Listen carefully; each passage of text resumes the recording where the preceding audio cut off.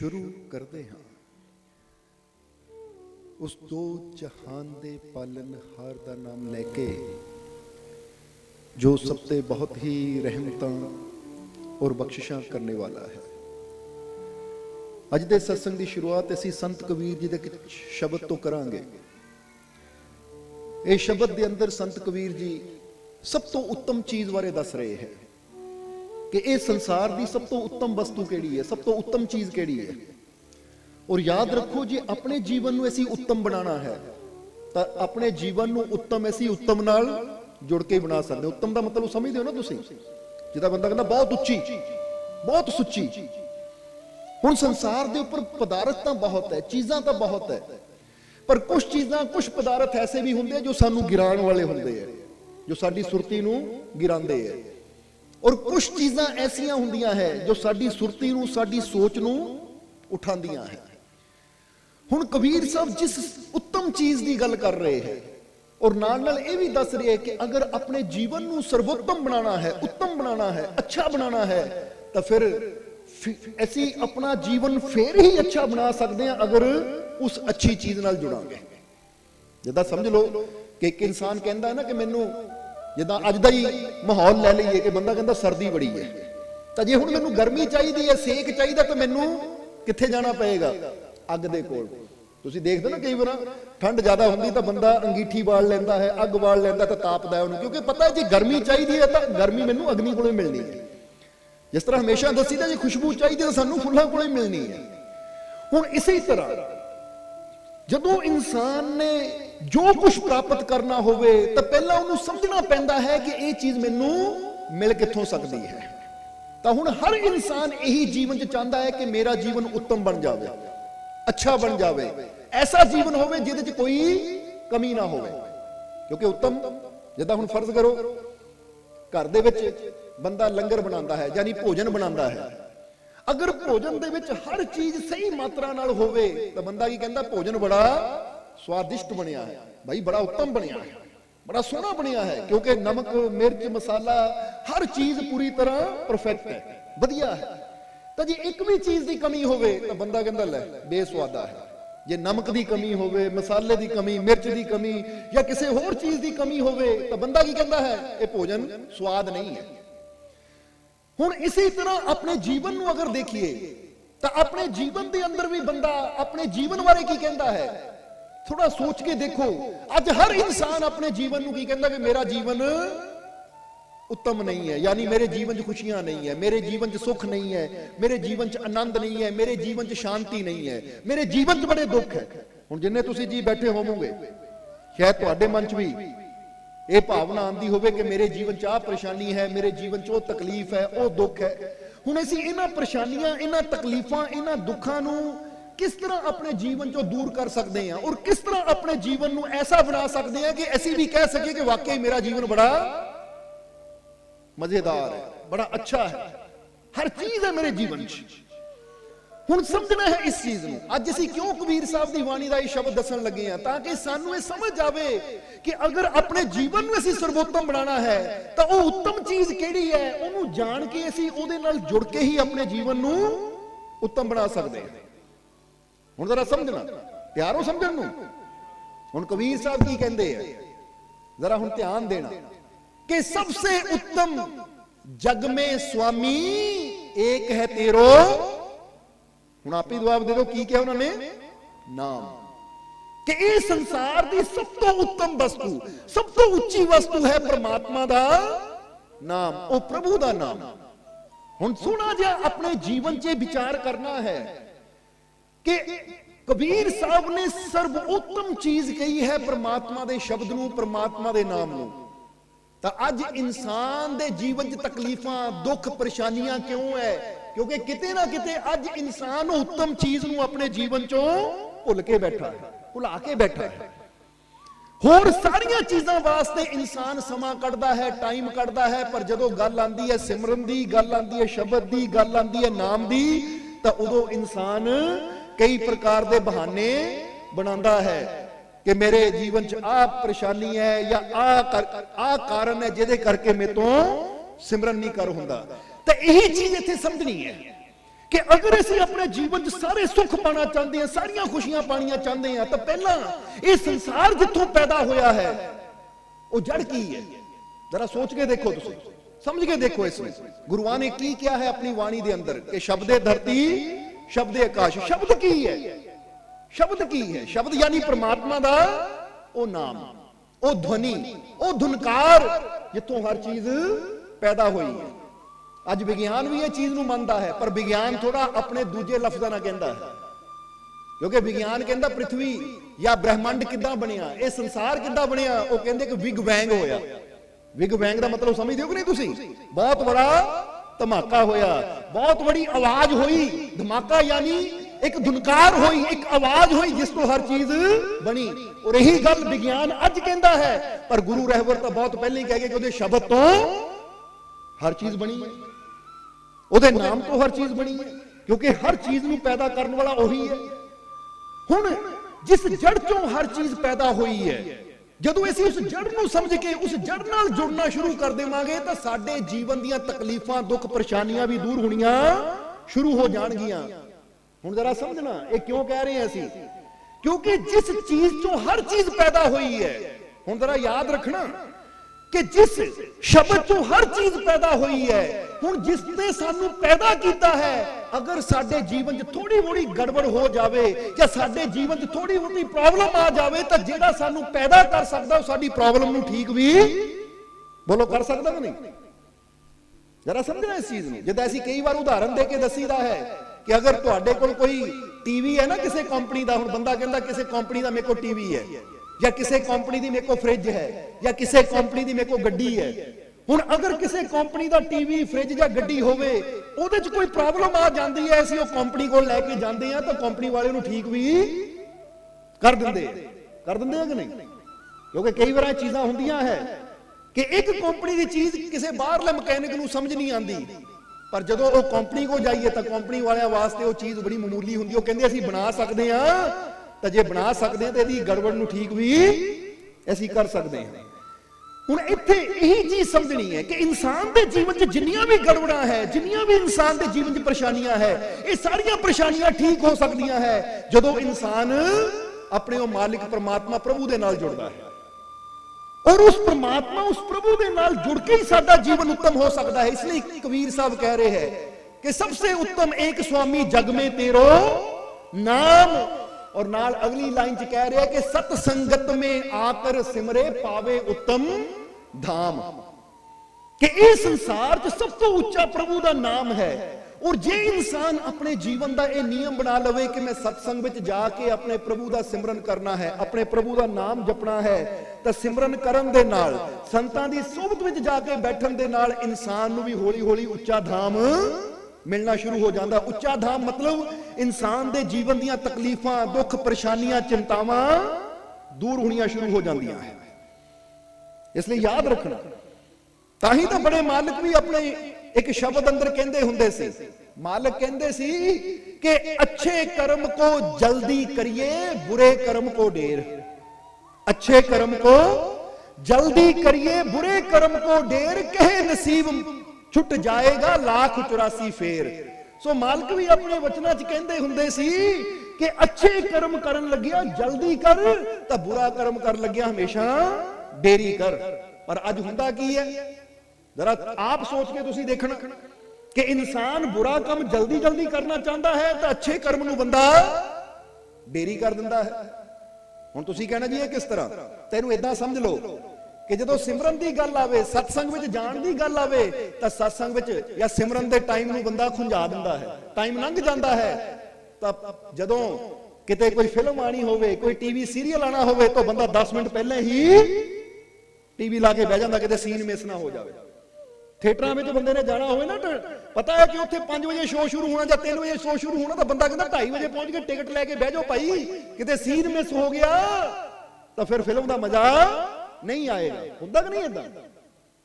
उत्थे इंसान किन्ना किन्ना टाइम पहले ही जाके चला जाता है, बैठ जाता है। पर संतां दी संगत की गल आवे, प्रभु दे सिमरन की गल आवे, तो बंदा कहता कोई नहीं कर लवांगे। कोई नहीं चले जावांगे, बैठ लवांगे, हाले बहुत टाइम है, बहुत टाइम है। पर बहुत कहते ही बंदे का टाइम निकल जाता है। हुण इहनूं इस तरह भी समझ सकते हैं कि मोबाइल लैके बंदा बह जाए तो रात के 12-12 1-1 बजे तक बंदा बैठा रहता है, पर जदों गल आती है सिमरन की तो फिर 5 मिनट भी बंदे तो बैठ नहीं होंदा। इसलिए थोड़ा सोच के देखना भी गल सही है कि नहीं। हुण यही एक कारण है कि जिद्दां जिद्दां असीं अपने मूल तो, अपनी जड़ तो, अपने प्रभु तो दूर होंदे चले जाते हैं, उस तरह साडे जीवन च परेशानियां भी वधदियां चलियां जांदियां हैं। अगर ऐसे एक नियम बना लीए कि अच्छे कर्म नूं, जो अच्छाई है उन्होंने मैं पहल देनी है, वो जल्दी करना है, तो जदों मेरे मन च आवे किसी नाल झगड़ा करना, किसी की निंदा करनी, किसी नूं बुरा बोलना, तो उन्होंने मैं थोड़ा देर कर देना।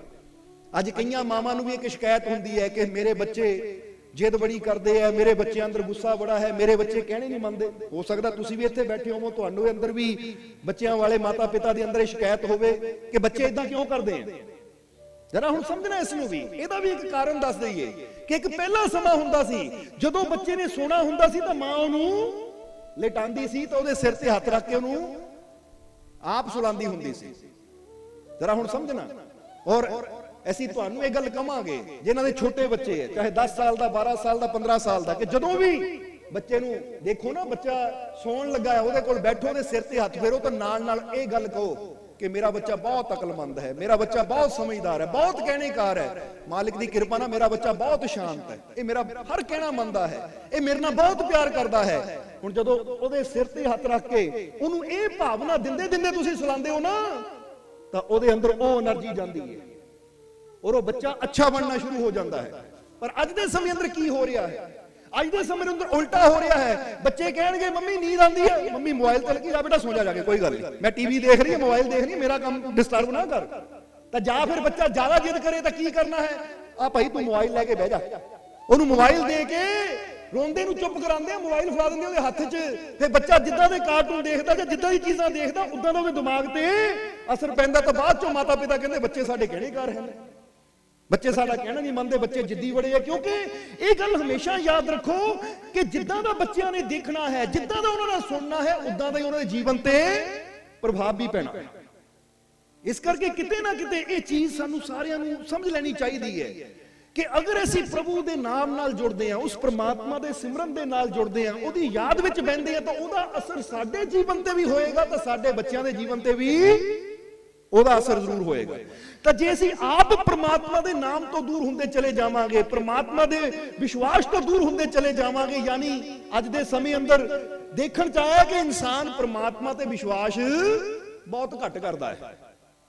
जिद्दां इत्थे दसना चाहांगे असीं कि स्वामी विवेकानंद जी एक जगह बैठे हुए सी, तो एक आदमी आया, आके वो स्वामी विवेकानंद जी नूं पुछण लग गया कि महाराज विश्वास कैसा होना चाहिए इंसान के अंदर, इंसान के अंदर विश्वास कैसा होना चाहिए। तो स्वामी विवेकानंद ने मुस्कुरा के हसदे होया स्वामी विवेकानंद जी ने कहा, क्योंकि स्वामी विवेकानंद जी कुर्सी ते बैठे सी, उन्होंने भी इशारा किया बह जा। हुण वो भी बह गया, सामने कुर्सी पई हुई सी, कुर्सी ते बह गया। जदों बैठा तो स्वामी विवेकानंद जी ने हसदे हुए कहा कि परमात्मा ते विश्वास इस तरह होना चाहिए जिस तरह तेनों कुर्सी ते विश्वास है। वो बड़ा हैरान होया, कहंदा महाराज तुसीं परमात्मा नूं कुर्सी नाल जोड़ रहे हो, इहदा कारण की है? तो स्वामी विवेकानंद जी कहंदे कारण है अज इंसान कुर्सी ते ज्यादा विश्वास करदा पर परमात्मा ते विश्वास नहीं करदा। कहंदा जी मैं समझिया नहीं मतलब की है। तो स्वामी विवेकानंद जी कहंदे मतलब ये है कि कुर्सी तू बैठ गया, तेनू विश्वास है, इसीलिए तू बैठा कि कुर्सी ने मैनू गिरन नहीं देना। जे कुर्सी की लत टुटी हुंदी या कुर्सी खराब हुंदी तो तू इत्ते बैठना नहीं सी, पर तू आराम नाल इत्ते बह गया और इन्ने विश्वास नाल बैठा क्योंकि तेनू पता है ना मैनू गिरन नहीं देना, इन्हें मैनू संभाल लेना। समझदे हो कि नहीं?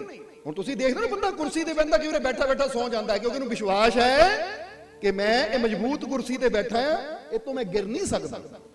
हुण विवेकानंद जी ने की जवाब दिता, कहंदे अज इंसान कुर्सी ते ज्यादा विश्वास करदा पर परमात्मा ते घट, क्योंकि कुर्सी ते बंदा इस विश्वास नाल बैठ जांदा है कि मैनू इन्हां गिरन नहीं देना।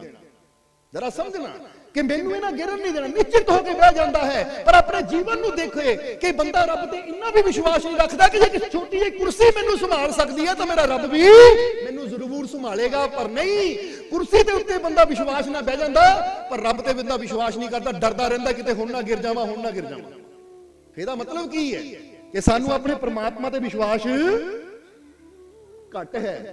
ਇਹ ਛੋਟੀ ਛੋਟੀਆਂ ਚੀਜ਼ਾਂ ਨੂੰ ਤਾਂ ਅਸੀਂ ਸਮਝਣਾ ਹੈ, ਕਿਉਂਕਿ ਸਿਰਫ ਅਸੀਂ ਰਾਮ ਰਾਮ ਕਹਿ ਲਿਆ, ਪ੍ਰਮਾਤਮਾ ਦਾ ਨਾਮ ਲੈ ਲਿਆ, ਤਾਂ ਇਦਾਂ ਨਾਮ ਲੈਣ ਨਾਲ ਸਿਰਫ ਗੱਲ ਨਹੀਂ ਬਣਨੀ। ਗੱਲ ਕਦੋਂ ਬਣਨੀ? ਜਦੋਂ ਸਾਡੇ ਅੰਦਰ ਪੂਰਾ ਕੀ ਹੋਏਗਾ? ਵਿਸ਼ਵਾਸ।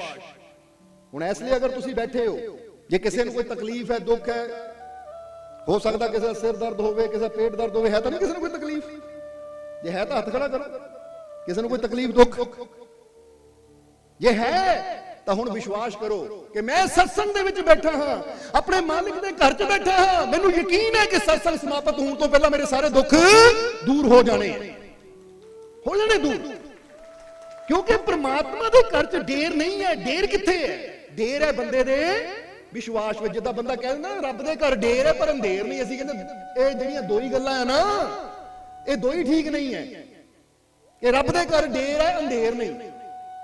ਜਰਾ ਗੌਰ ਕਰਨਾ, ਨਾ ਉਹਦੇ ਘਰ ਢੇਰ ਹੈ, ਕਹਿੰਦਾ ਬੰਦਾ ਉਹਦੇ ਘਰ ਢੇਰ ਹੈ ਪਰ ਅੰਧੇਰ ਨਹੀਂ। ਯਾਨੀ ਟਾਈਮ ਲੱਗੇਗਾ ਪਰ ਮਿਲ ਜਾਏਗਾ। ਪਰ ਅਸੀਂ ਕਹਿੰਦੇ ਨਹੀਂ, ਉਹ ਤਾਂ ਇਦਾਂ ਦਾ ਪ੍ਰਕਾਸ਼ ਹੈ, ਅੰਧੇਰਾ ਤਾਂ ਉੱਥੇ ਹੋ ਹੀ ਨਹੀਂ ਸਕਦਾ, ਤਾਂ ਢੇਰ ਦਾ ਤਾਂ ਸਵਾਲ ਹੀ ਪੈਦਾ ਨਹੀਂ ਹੁੰਦਾ। ਅਗਰ ਢੇਰ ਹੈ ਤਾਂ ਉਹ ਵੀ ਇਨਸਾਨ ਦੇ ਅੰਦਰ ਹੈ, ਤਾਂ ਅੰਧੇਰ ਹੈ ਤਾਂ ਵੀ ਉਹਦੇ ਅੰਦਰ ਹੀ ਹੈ। ਅੰਧੇਰ ਕੀ ਹੈ? ਉਹ ਢੇਰ ਕੀ ਹੈ? ਜਦੋਂ ਅਸੀਂ ਸ਼ੰਕਾ ਨਾਲ ਭਰੇ ਹੁੰਦੇ ਆ ਕਿ ਪਤਾ ਨਹੀਂ ਮੇਰੇ ਤੇ ਕਿਰਪਾ ਰਹਿਮਤ ਹੋਣੀ ਹੈ ਜਾਂ ਨਹੀਂ, ਤਾਂ ਇਹਦਾ ਮਤਲਬ ਰੱਬ ਹੀ ਕਹਿੰਦਾ ਤੈਨੂੰ ਫਿਰ ਯਕੀਨ ਹੈ ਨਹੀਂ।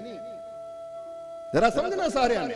ਤਾਂ ਜੇ ਬੰਦਾ ਕਹਿੰਦਾ ਹੈ ਮੈਨੂੰ ਯਕੀਨ ਹੈ, ਮੈਨੂੰ ਵਿਸ਼ਵਾਸ ਹੈ, ਮੈਨੂੰ ਭਰੋਸਾ ਹੈ ਆਪਣੇ ਰੱਬ ਤੇ ਕਿ ਉਹਦੀ ਰਹਿਮਤ ਜਿਹੜੀ ਪੂਰੇ ਸੰਸਾਰ ਨੂੰ ਸੰਭਾਲ ਰਹੀ ਹੈ, ਜੇ ਉਹਨਾਂ ਮੈਨੂੰ ਜੀਵਨ ਦਿੱਤਾ ਤਾਂ ਮੈਨੂੰ ਵੀ ਉਹ ਜ਼ਰੂਰ ਸੰਭਾਲੇਗਾ, ਮੇਰੇ ਤੇ ਵੀ ਆਪਣੀ ਰਹਿਮਤ ਜ਼ਰੂਰ ਕਰੇਗਾ।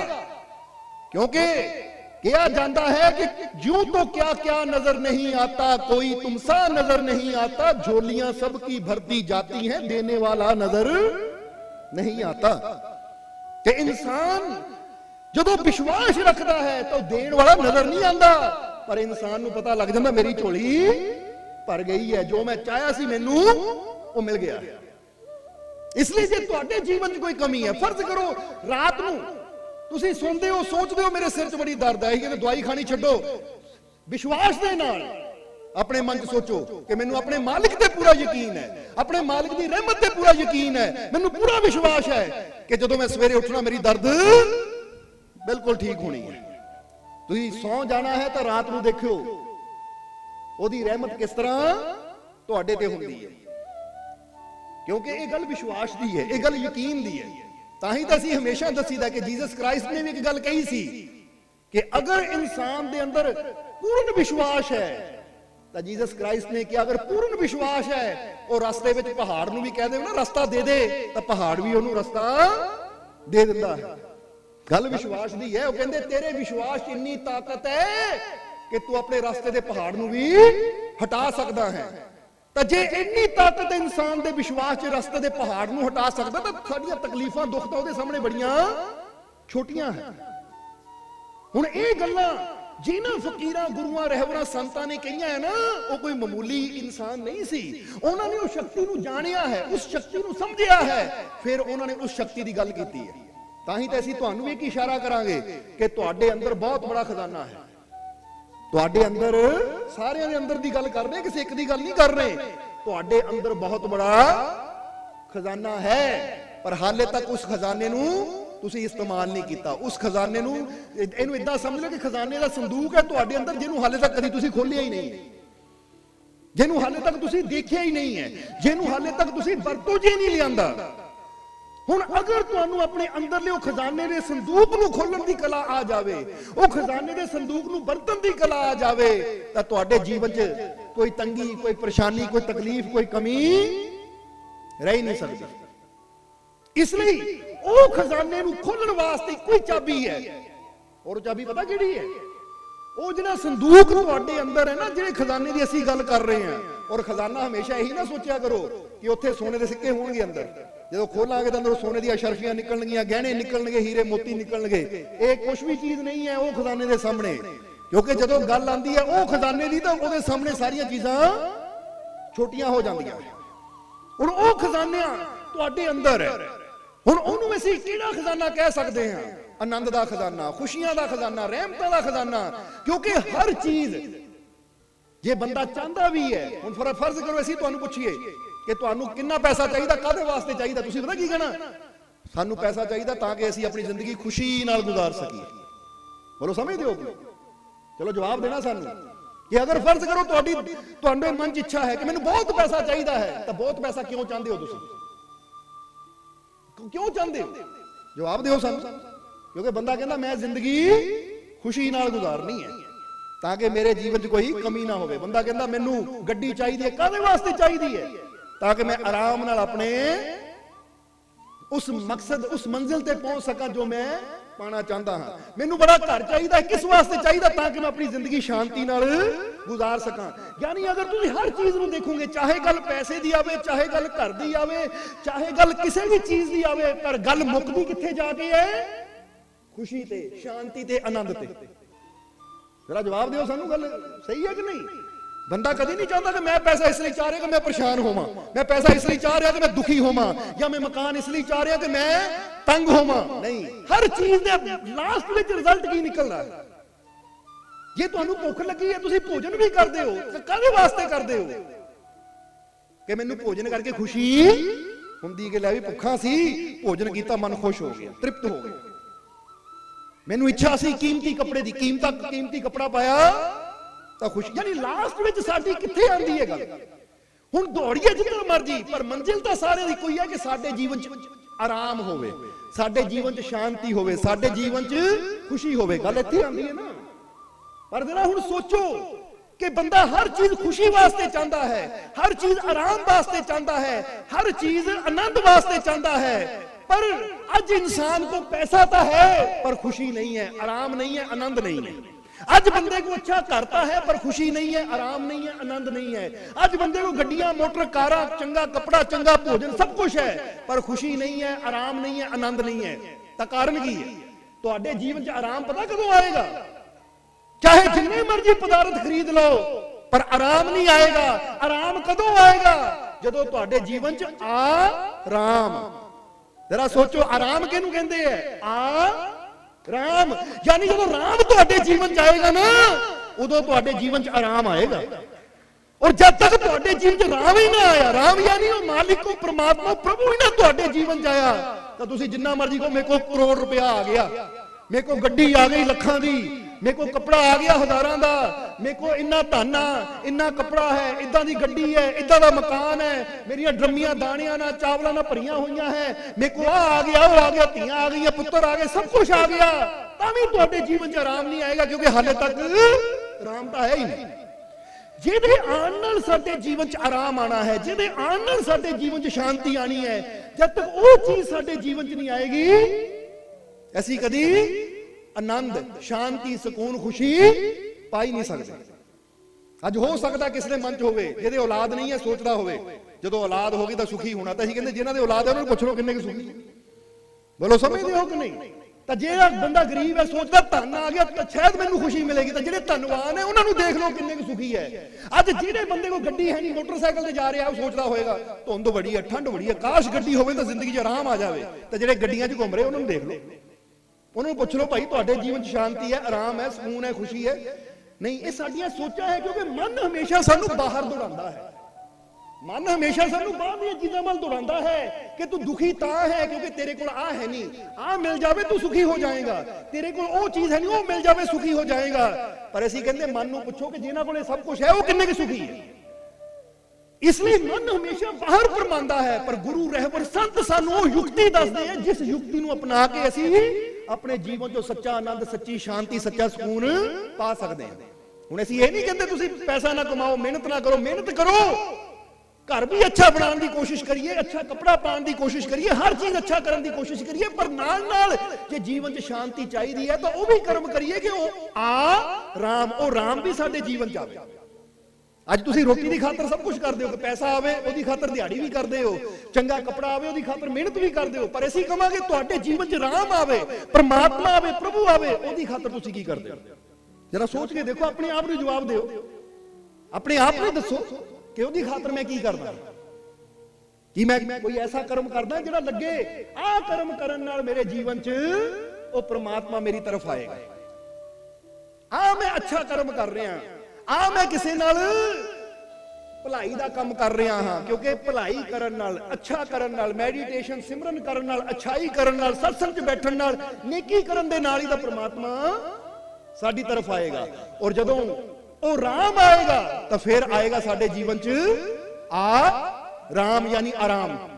जिहदा बंदा कहना बीमार आ, आराम आया कि नहीं, हाँ भी दवाई खाधी सी हले आया नहीं पूरा, कह दिंदा ना बंदा कि हाले डॉक्टर की दवाई चलती, आराम नहीं आया। असीं कहंदे आराम दवाइयां खाण नाल नहीं आना, आराम आना नेकियां करन दे नाल, अच्छाइयां करन दे नाल, सच दे मार्ग ते चलन दे नाल, सेवा दे मार्ग ते चलन नाल, सिमरन दे मार्ग ते चलन दे नाल साडे जीवन च आराम आना है। क्योंकि सब दुखों का औषध नाम, सारे दुखों की दवा तो वही है। या क्या हुआ गुरबाणी के सब सुखदाता राम है, दूसरा ना है कोई। इसलिए थोड़ा जिहा जीवन दे विच इह भी विचार करिया करो कि जिस तरह असीं कोई काम करते हैं, कोई सौदा करते हैं, कोई तो उत्थे बंदा ख्याल रखता आ करन नाल इन्ना मैनूं फायदा होना है, आ काम करन नाल इन्ना मैनूं लाभ होना है। तो थोड़ा जिहा इह भी ध्यान दिया करो कि मैं दुनिया के लाभ दे सारे काम करदा हाँ, जिथों मैनूं रोटी दा, कपड़े दा, दुकान दे विच आउण वाले गाहकां दा, यानी हर चीज़ दा मैं फायदा देखदा हाँ। तो थोड़ा जिहा मैं ये भी देखा, उन्हां कर्मां नूं भी चैक करा कि मैं कुछ ऐसा भी कर रहा कि मेरे जीवन च मेरा राम आवे। कहंदे है ना, जदों दे मैनूं मेरे राम मिले ने दर्दां तो आराम मिले ने। ये दर्दां तो आराम उदों ही मिलना जदों मैनूं ओ मालिक मिलेगा, ओ परमात्मा प्रभु मिलेगा, ओदे वल मेरी सुरती जुड़ेगी। और मिलन का मतलब की है? मिलन का मतलब यह नहीं कि किते इदां जाके बंदे ने मिलना है, बोलो समझ, किते बैठा हो तो इधर रब ने मिलना है। तुहाडी अच्छाई, तुहाडी नेकी, तुहाडे अंदर जदों ओदा प्रेम पैदा हुंदा, ओदे प्रति विश्वास पैदा हुंदा, तो जिथे ओदा विश्वास बदलना शुरू हो गया वो सानू समझ लो मिल रहा है। क्योंकि उन्होंने महसूस किया जाता है कि मेरे जीवन च शांति आ रही है, मेरे जीवन च खुशी आ रही है, मेरे जीवन च आनंद आ रहा है। ਇਹਦਾ मतलब मेरा राम हुण मैनू मिल रहा है। समझ रहे हो कि नहीं? इसलिए अपने अंदर विश्वास रखो। सब तो पहली जिद्दां दसिया कि तुहाडे अंदर वो संदूक है, वो खजाना है, बस वो खजाने का तुसीं कदी इस्तेमाल नहीं करते, क्योंकि वो खजाने की चाबी तुसीं गवा के बैठे हो। जिदा बंदा कहना संदूक का घर च, अलमारी का घर च, पर लॉक लगा है, चाबी किते गवाच गई, तो बंदा कहना हुण चाबी नहीं मिलती, भी खोला किदां इहनूं? तो फिर कोई लभ दिंदा है चाबी कि लो भी आ चाबी है, हुण लॉक खोलो। तैसे भी अज यही तुहानूं चाबी दस्सण आए हैं कि तुहाडे अंदर भी खुशियां दे खजाने हैं, शांति दे खजाने हैं, वो मालिक दी रहमतां दे खजाने हैं। बस चाबी है ओदे विश्वास की। बोलो समझदे हो कि नहीं? जे ऐसले किसी को कोई तकलीफ है, कोई दुख है, कोई परेशानी है, तो अपने अंदर विश्वास करो कि मालिक की रहमत नाल मैं ठीक हो गया। ये भी नहीं कहना ठीक हो जाऊंगा, फिर तो गल दूर चली गई, हो जाऊंगा पता नहीं कदों होना।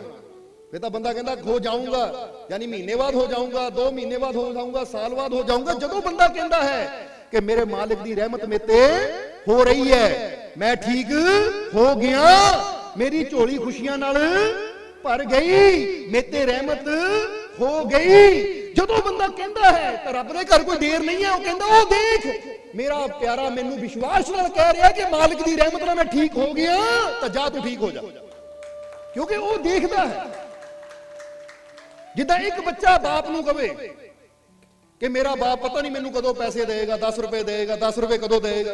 तो एक बच्चा कहता देख मेरा बाप मैनू पैसे देन लगा, आ देन लगा। बाप ने कहना इन्ना विश्वास लै भाई 10 रुपये ले जा, क्योंकि मेरे वास्ते कोई चीज बड़ी नहीं है। हुण कुछ चीज़ां होंदियां बच्चों वास्ते बड़ियां होंदियां, पर बाप वास्ते चीज़ां बड़ियां छोटियां होंदियां। क्योंकि बच्चा तुहाडे तो 10 रुपए मंगदा है तो ਉਹਦੇ वास्ते 10 रुपए बहुत ज्यादा है, तो बाप वास्ते 10 रुपए वो कहंदे कुछ नहीं भाई ले जा। ਹੁਣ जरा यही चीज असीं क्यों तुहानूं कहना चाहते हैं कि जदों असीं परमात्मा कोलों मंगदे हैं कि मेरे मालिक मेरे जीवन च आ कमी है दूर कर दे, तुहाडे वास्ते वो चीज बहुत बड़ी हो सकती है, पर रब वास्ते वो चीज कोई बड़ी नहीं है।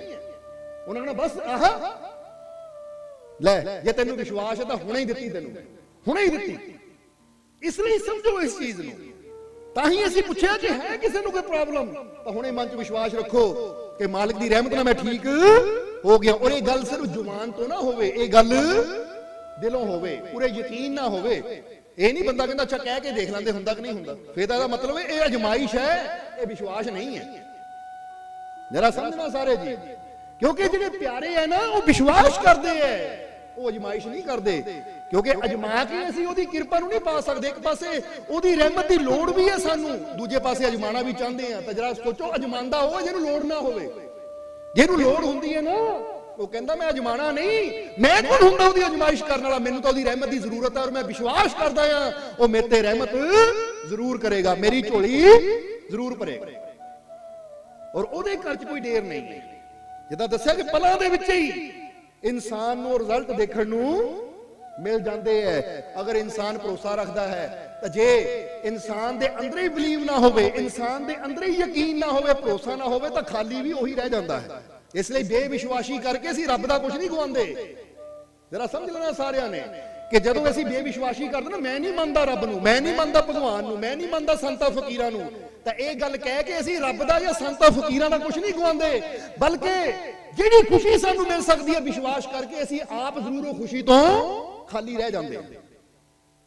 ਇਹ ਗੱਲ ਯਾਦ ਰੱਖਣਾ ਹਮੇਸ਼ਾ, ਕਿਉਂਕਿ ਇੱਕ ਬਲੀਵ, ਇੱਕ ਯਕੀਨ, ਇੱਕ ਵਿਸ਼ਵਾਸ ਇਨਸਾਨ ਦੇ ਅੰਦਰਲੇ ਸਾਰੇ ਡਰ ਖਤਮ ਕਰ ਦਿੰਦਾ।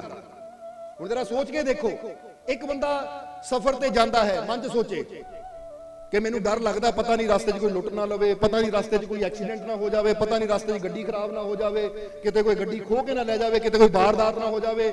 ਉਹ ਸ਼ੰਕਾ ਨਾਲ ਜਦੋਂ ਸੋਚ ਕੇ ਜਾਂਦਾ ਹੈ ਤਾਂ ਉਹਦਾ ਸਫ਼ਰ ਵੀ ਹੁੰਦਾ, ਪਰ ਹੁੰਦਾ ਕਿੱਦਾਂ ਹੈ? ਡਰਦੇ ਦਾ, ਕਿ ਪਤਾ ਨਹੀਂ ਕਿੱਥੇ ਕੀ ਹੋ ਜਾਣਾ।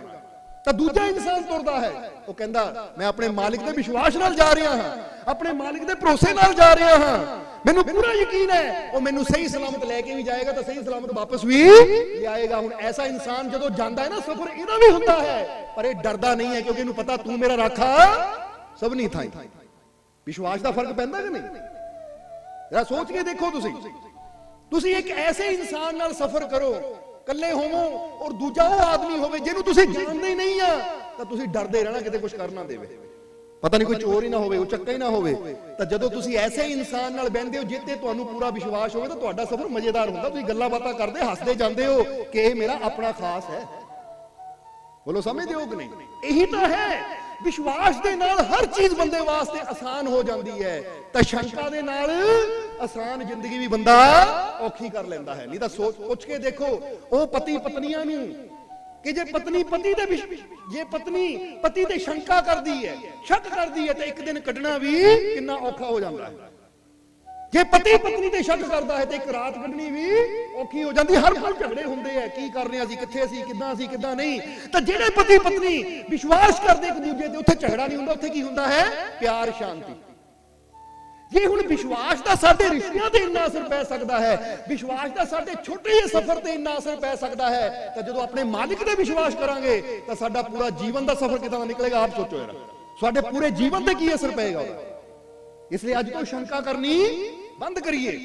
ਤੁਸੀਂ ਜਿੱਥੇ ਵੀ ਹੋ, ਚਾਹੇ ਘਰ ਹੋ, ਬਾਹਰ ਹੋ, ਕਿਤੇ ਵੀ ਹੋ, ਤੁਸੀਂ ਇਹ ਵਿਸ਼ਵਾਸ ਰੱਖੋ ਉਹ ਮੇਰਾ ਮਾਲਿਕ ਹਰ ਜਗ੍ਹਾ ਮੇਰੀ ਆਵਾਜ਼ ਸੁਣਦਾ ਹੈ, ਉਹ ਹਰ ਜਗ੍ਹਾ ਮੈਨੂੰ ਦੇਖ ਵੀ ਰਿਹਾ ਹੈ ਔਰ ਮੈਨੂੰ ਸੰਭਾਲ ਵੀ ਰਿਹਾ ਹੈ। ਉਹਦੇ ਹੁੰਦਿਆਂ ਮੈਨੂੰ ਕੋਈ ਚਿੰਤਾ ਨਹੀਂ ਹੈ, ਕੋਈ ਡਰ ਨਹੀਂ ਹੈ, ਜੋ ਹੋਏਗਾ ਅੱਛਾ ਹੋਏਗਾ। ਇਹ ਗੱਲ ਕਹਿੰਦੇ ਹੀ ਬੰਦੇ ਨੂੰ ਇਦਾਂ ਲੱਗਦਾ ਕਿ ਮੇਰੇ ਸਾਰੇ ਭਾਰ ਉਤਰ ਗਏ, ਹਲਕਾ ਹੋ ਗਿਆ। ਮੈਂ ਵੀ ਬੋਝ ਲੈ ਕੇ ਬੈਠਾ ਸੀ, ਮੈਂ ਵੀ ਟੈਨਸ਼ਨ ਲੈ ਕੇ ਬੈਠਾ ਸੀ। ਜਦੋਂ ਬੰਦੇ ਦੇ ਹੱਥ 'ਚ ਆਉਣ ਵਾਲਾ ਸਮਾਂ ਕਿਹਦੇ ਹੱਥ 'ਚ ਜਰਾ ਸੋਚੋ, ਜਵਾਬ ਦਿਓ ਸਾਨੂੰ। ਤੁਹਾਡੇ ਹੱਥ 'ਚ, ਸੱਜਣ ਮਿੱਤਰ ਰਿਸ਼ਤੇਦਾਰ ਦੇ ਹੱਥ 'ਚ, ਕਿਹਦੇ ਹੱਥ 'ਚ ਆਉਣ ਵਾਲਾ ਸਮਾਂ? ਹੁਣ ਆਉਣ ਵਾਲਾ ਸਮਾਂ ਬੰਦੇ ਦੇ ਹੱਥ 'ਚ ਨਹੀਂ ਹੈ, ਪਰ ਫਿਰ ਵੀ ਬੰਦਾ ਆਉਣ ਵਾਲੇ ਸਮੇਂ ਦੀ ਚਿੰਤਾ ਕਰਦਾ ਹੈ, ਕਿੱਦਾਂ ਦਾ ਹੋਏਗਾ। ਤਾਂ ਇੱਕ ਹੁੰਦਾ ਉਹ ਰੱਬ ਦਾ ਆਸ਼ਿਕ ਜਿਹੜਾ ਕਹਿੰਦਾ ਹੈ ਆਉਣ ਵਾਲਾ ਸਮਾਂ ਮੇਰੇ ਉਹ ਮਾਲਿਕ ਦੇ ਹੱਥ 'ਚ ਹੈ, ਤਾਂ ਮੈਨੂੰ ਪੂਰਾ ਯਕੀਨ ਹੈ ਜਿਹੜੀ ਚੀਜ਼ ਮੇਰੇ ਮਾਲਿਕ ਦੇ ਹੱਥ 'ਚ ਹੈ ਮੇਰੇ ਵਾਸਤੇ ਮਾੜੀ ਕਦੀ ਹੋ ਹੀ ਨਹੀਂ ਸਕਦੀ। ਇਸ ਕਰਕੇ ਉਹ ਸਾਰੀ ਚਿੰਤਾ ਹੀ ਛੱਡ ਦਿੰਦਾ, ਉਹ ਆਨੰਦ ਲੈਂਦਾ ਹੈ। ਤਾਂ ਹੀ ਤਾਂ ਸ਼੍ਰੀ ਕ੍ਰਿਸ਼ਨ ਨੇ ਵੀ ਕਿਹਾ ਤੂੰ ਕਰਮ ਕਰ, ਫਲ ਦੀ ਚਿੰਤਾ ਨਾ ਕਰ। ਫਲ ਹਮੇਸ਼ਾ ਕਰਮ ਅੱਜ ਕੀਤਾ ਜਾਂਦਾ, ਫਲ ਹਮੇਸ਼ਾ ਕੱਲ ਨੂੰ ਹੁੰਦਾ ਹੈ। ਉਹ ਇਹੀ ਦੱਸ ਰਹੇ ਹੈ ਕਿ ਅੱਜ ਤੂੰ ਆਪਣਾ ਅੱਛਾ ਕਰਮ ਕਰ, ਕੱਲ ਦੀ ਚਿੰਤਾ ਕਿਉਂ ਕਰਦਾ ਹੈ? ਜੇ ਤੂੰ ਅੱਜ ਅੱਛਾ ਕਰਮ ਕਰੇਗਾ ਤਾਂ ਅੱਛਾ ਕਰਮ ਕੀਤਿਆਂ ਫਲ ਵੀ ਅੱਛਾ ਜ਼ਰੂਰ ਆਏਗਾ। ਤੇ ਜੇ ਅੱਜ ਕਰਮ ਹੀ ਮਾੜਾ ਹੈ ਤਾਂ ਫਿਰ ਫਲ ਅੱਛਾ ਕਿੱਥੋਂ ਲੱਭਦਾ ਹੈ? ਅੱਜ ਤੁਸੀਂ ਕਿਸੇ ਨੂੰ ਧੋਖਾ ਦੇ ਰਹੇ ਹੋ, ਅੱਜ ਤੁਸੀਂ ਕਿਸੇ ਨਾਲ ਠੱਗੀ ਕਰ ਰਹੇ ਹੋ, ਕਿਸੇ ਤੇ ਯਾਨੀ ਕਿਸੇ ਨਾਲ ਚੋਰੀ ਕਰ ਰਹੇ ਹੋ, ਕਿਸੇ ਨਾਲ ਮਾੜਾ ਕਰ ਰਹੇ ਹੋ, ਤਾਂ ਯਾਦ ਰੱਖੋ ਤੁਸੀਂ ਉਹ ਬੀਜ ਬੋ ਰਹੇ ਹੋ, ਪਲਟ ਕੇ ਤੁਹਾਨੂੰ ਮਿਲਣਾ ਹੀ ਹੈ। ਤਾਂ ਜੇ ਅੱਜ ਤੁਸੀਂ ਕਿਸੇ ਨੂੰ ਫਾਇਦਾ ਦੇ ਰਹੇ ਹੋ, ਯਾਨੀ ਕਿਸੇ ਭੁੱਖੇ ਨੂੰ ਭੋਜਨ ਕਰਾ ਰਹੇ ਹੋ, ਕਿਸੇ ਨੰਗੇ ਦੇ ਤਨ ਨੂੰ ਢੱਕ ਰਹੇ ਹੋ, ਕਿਸੇ ਨੂੰ ਖੁਸ਼ੀ ਦੇ ਰਹੇ ਹੋ, ਕੋਈ ਦਾਨ ਪੁੰਨ ਕਰ ਰਹੇ ਹੋ, ਅੱਛਾਈ ਕਰ ਰਹੇ ਹੋ, ਅੱਜ ਤੁਸੀਂ ਅਗਰ ਅੱਛਾ ਬੀਜ ਬੋ ਰਹੇ ਹੋ ਤਾਂ ਯਾਦ ਰੱਖੋ ਇਹਦਾ ਫਲ ਵੀ ਅੱਛਾ ਤੁਹਾਨੂੰ ਮਿਲ ਕੇ ਰਹਿਣਾ।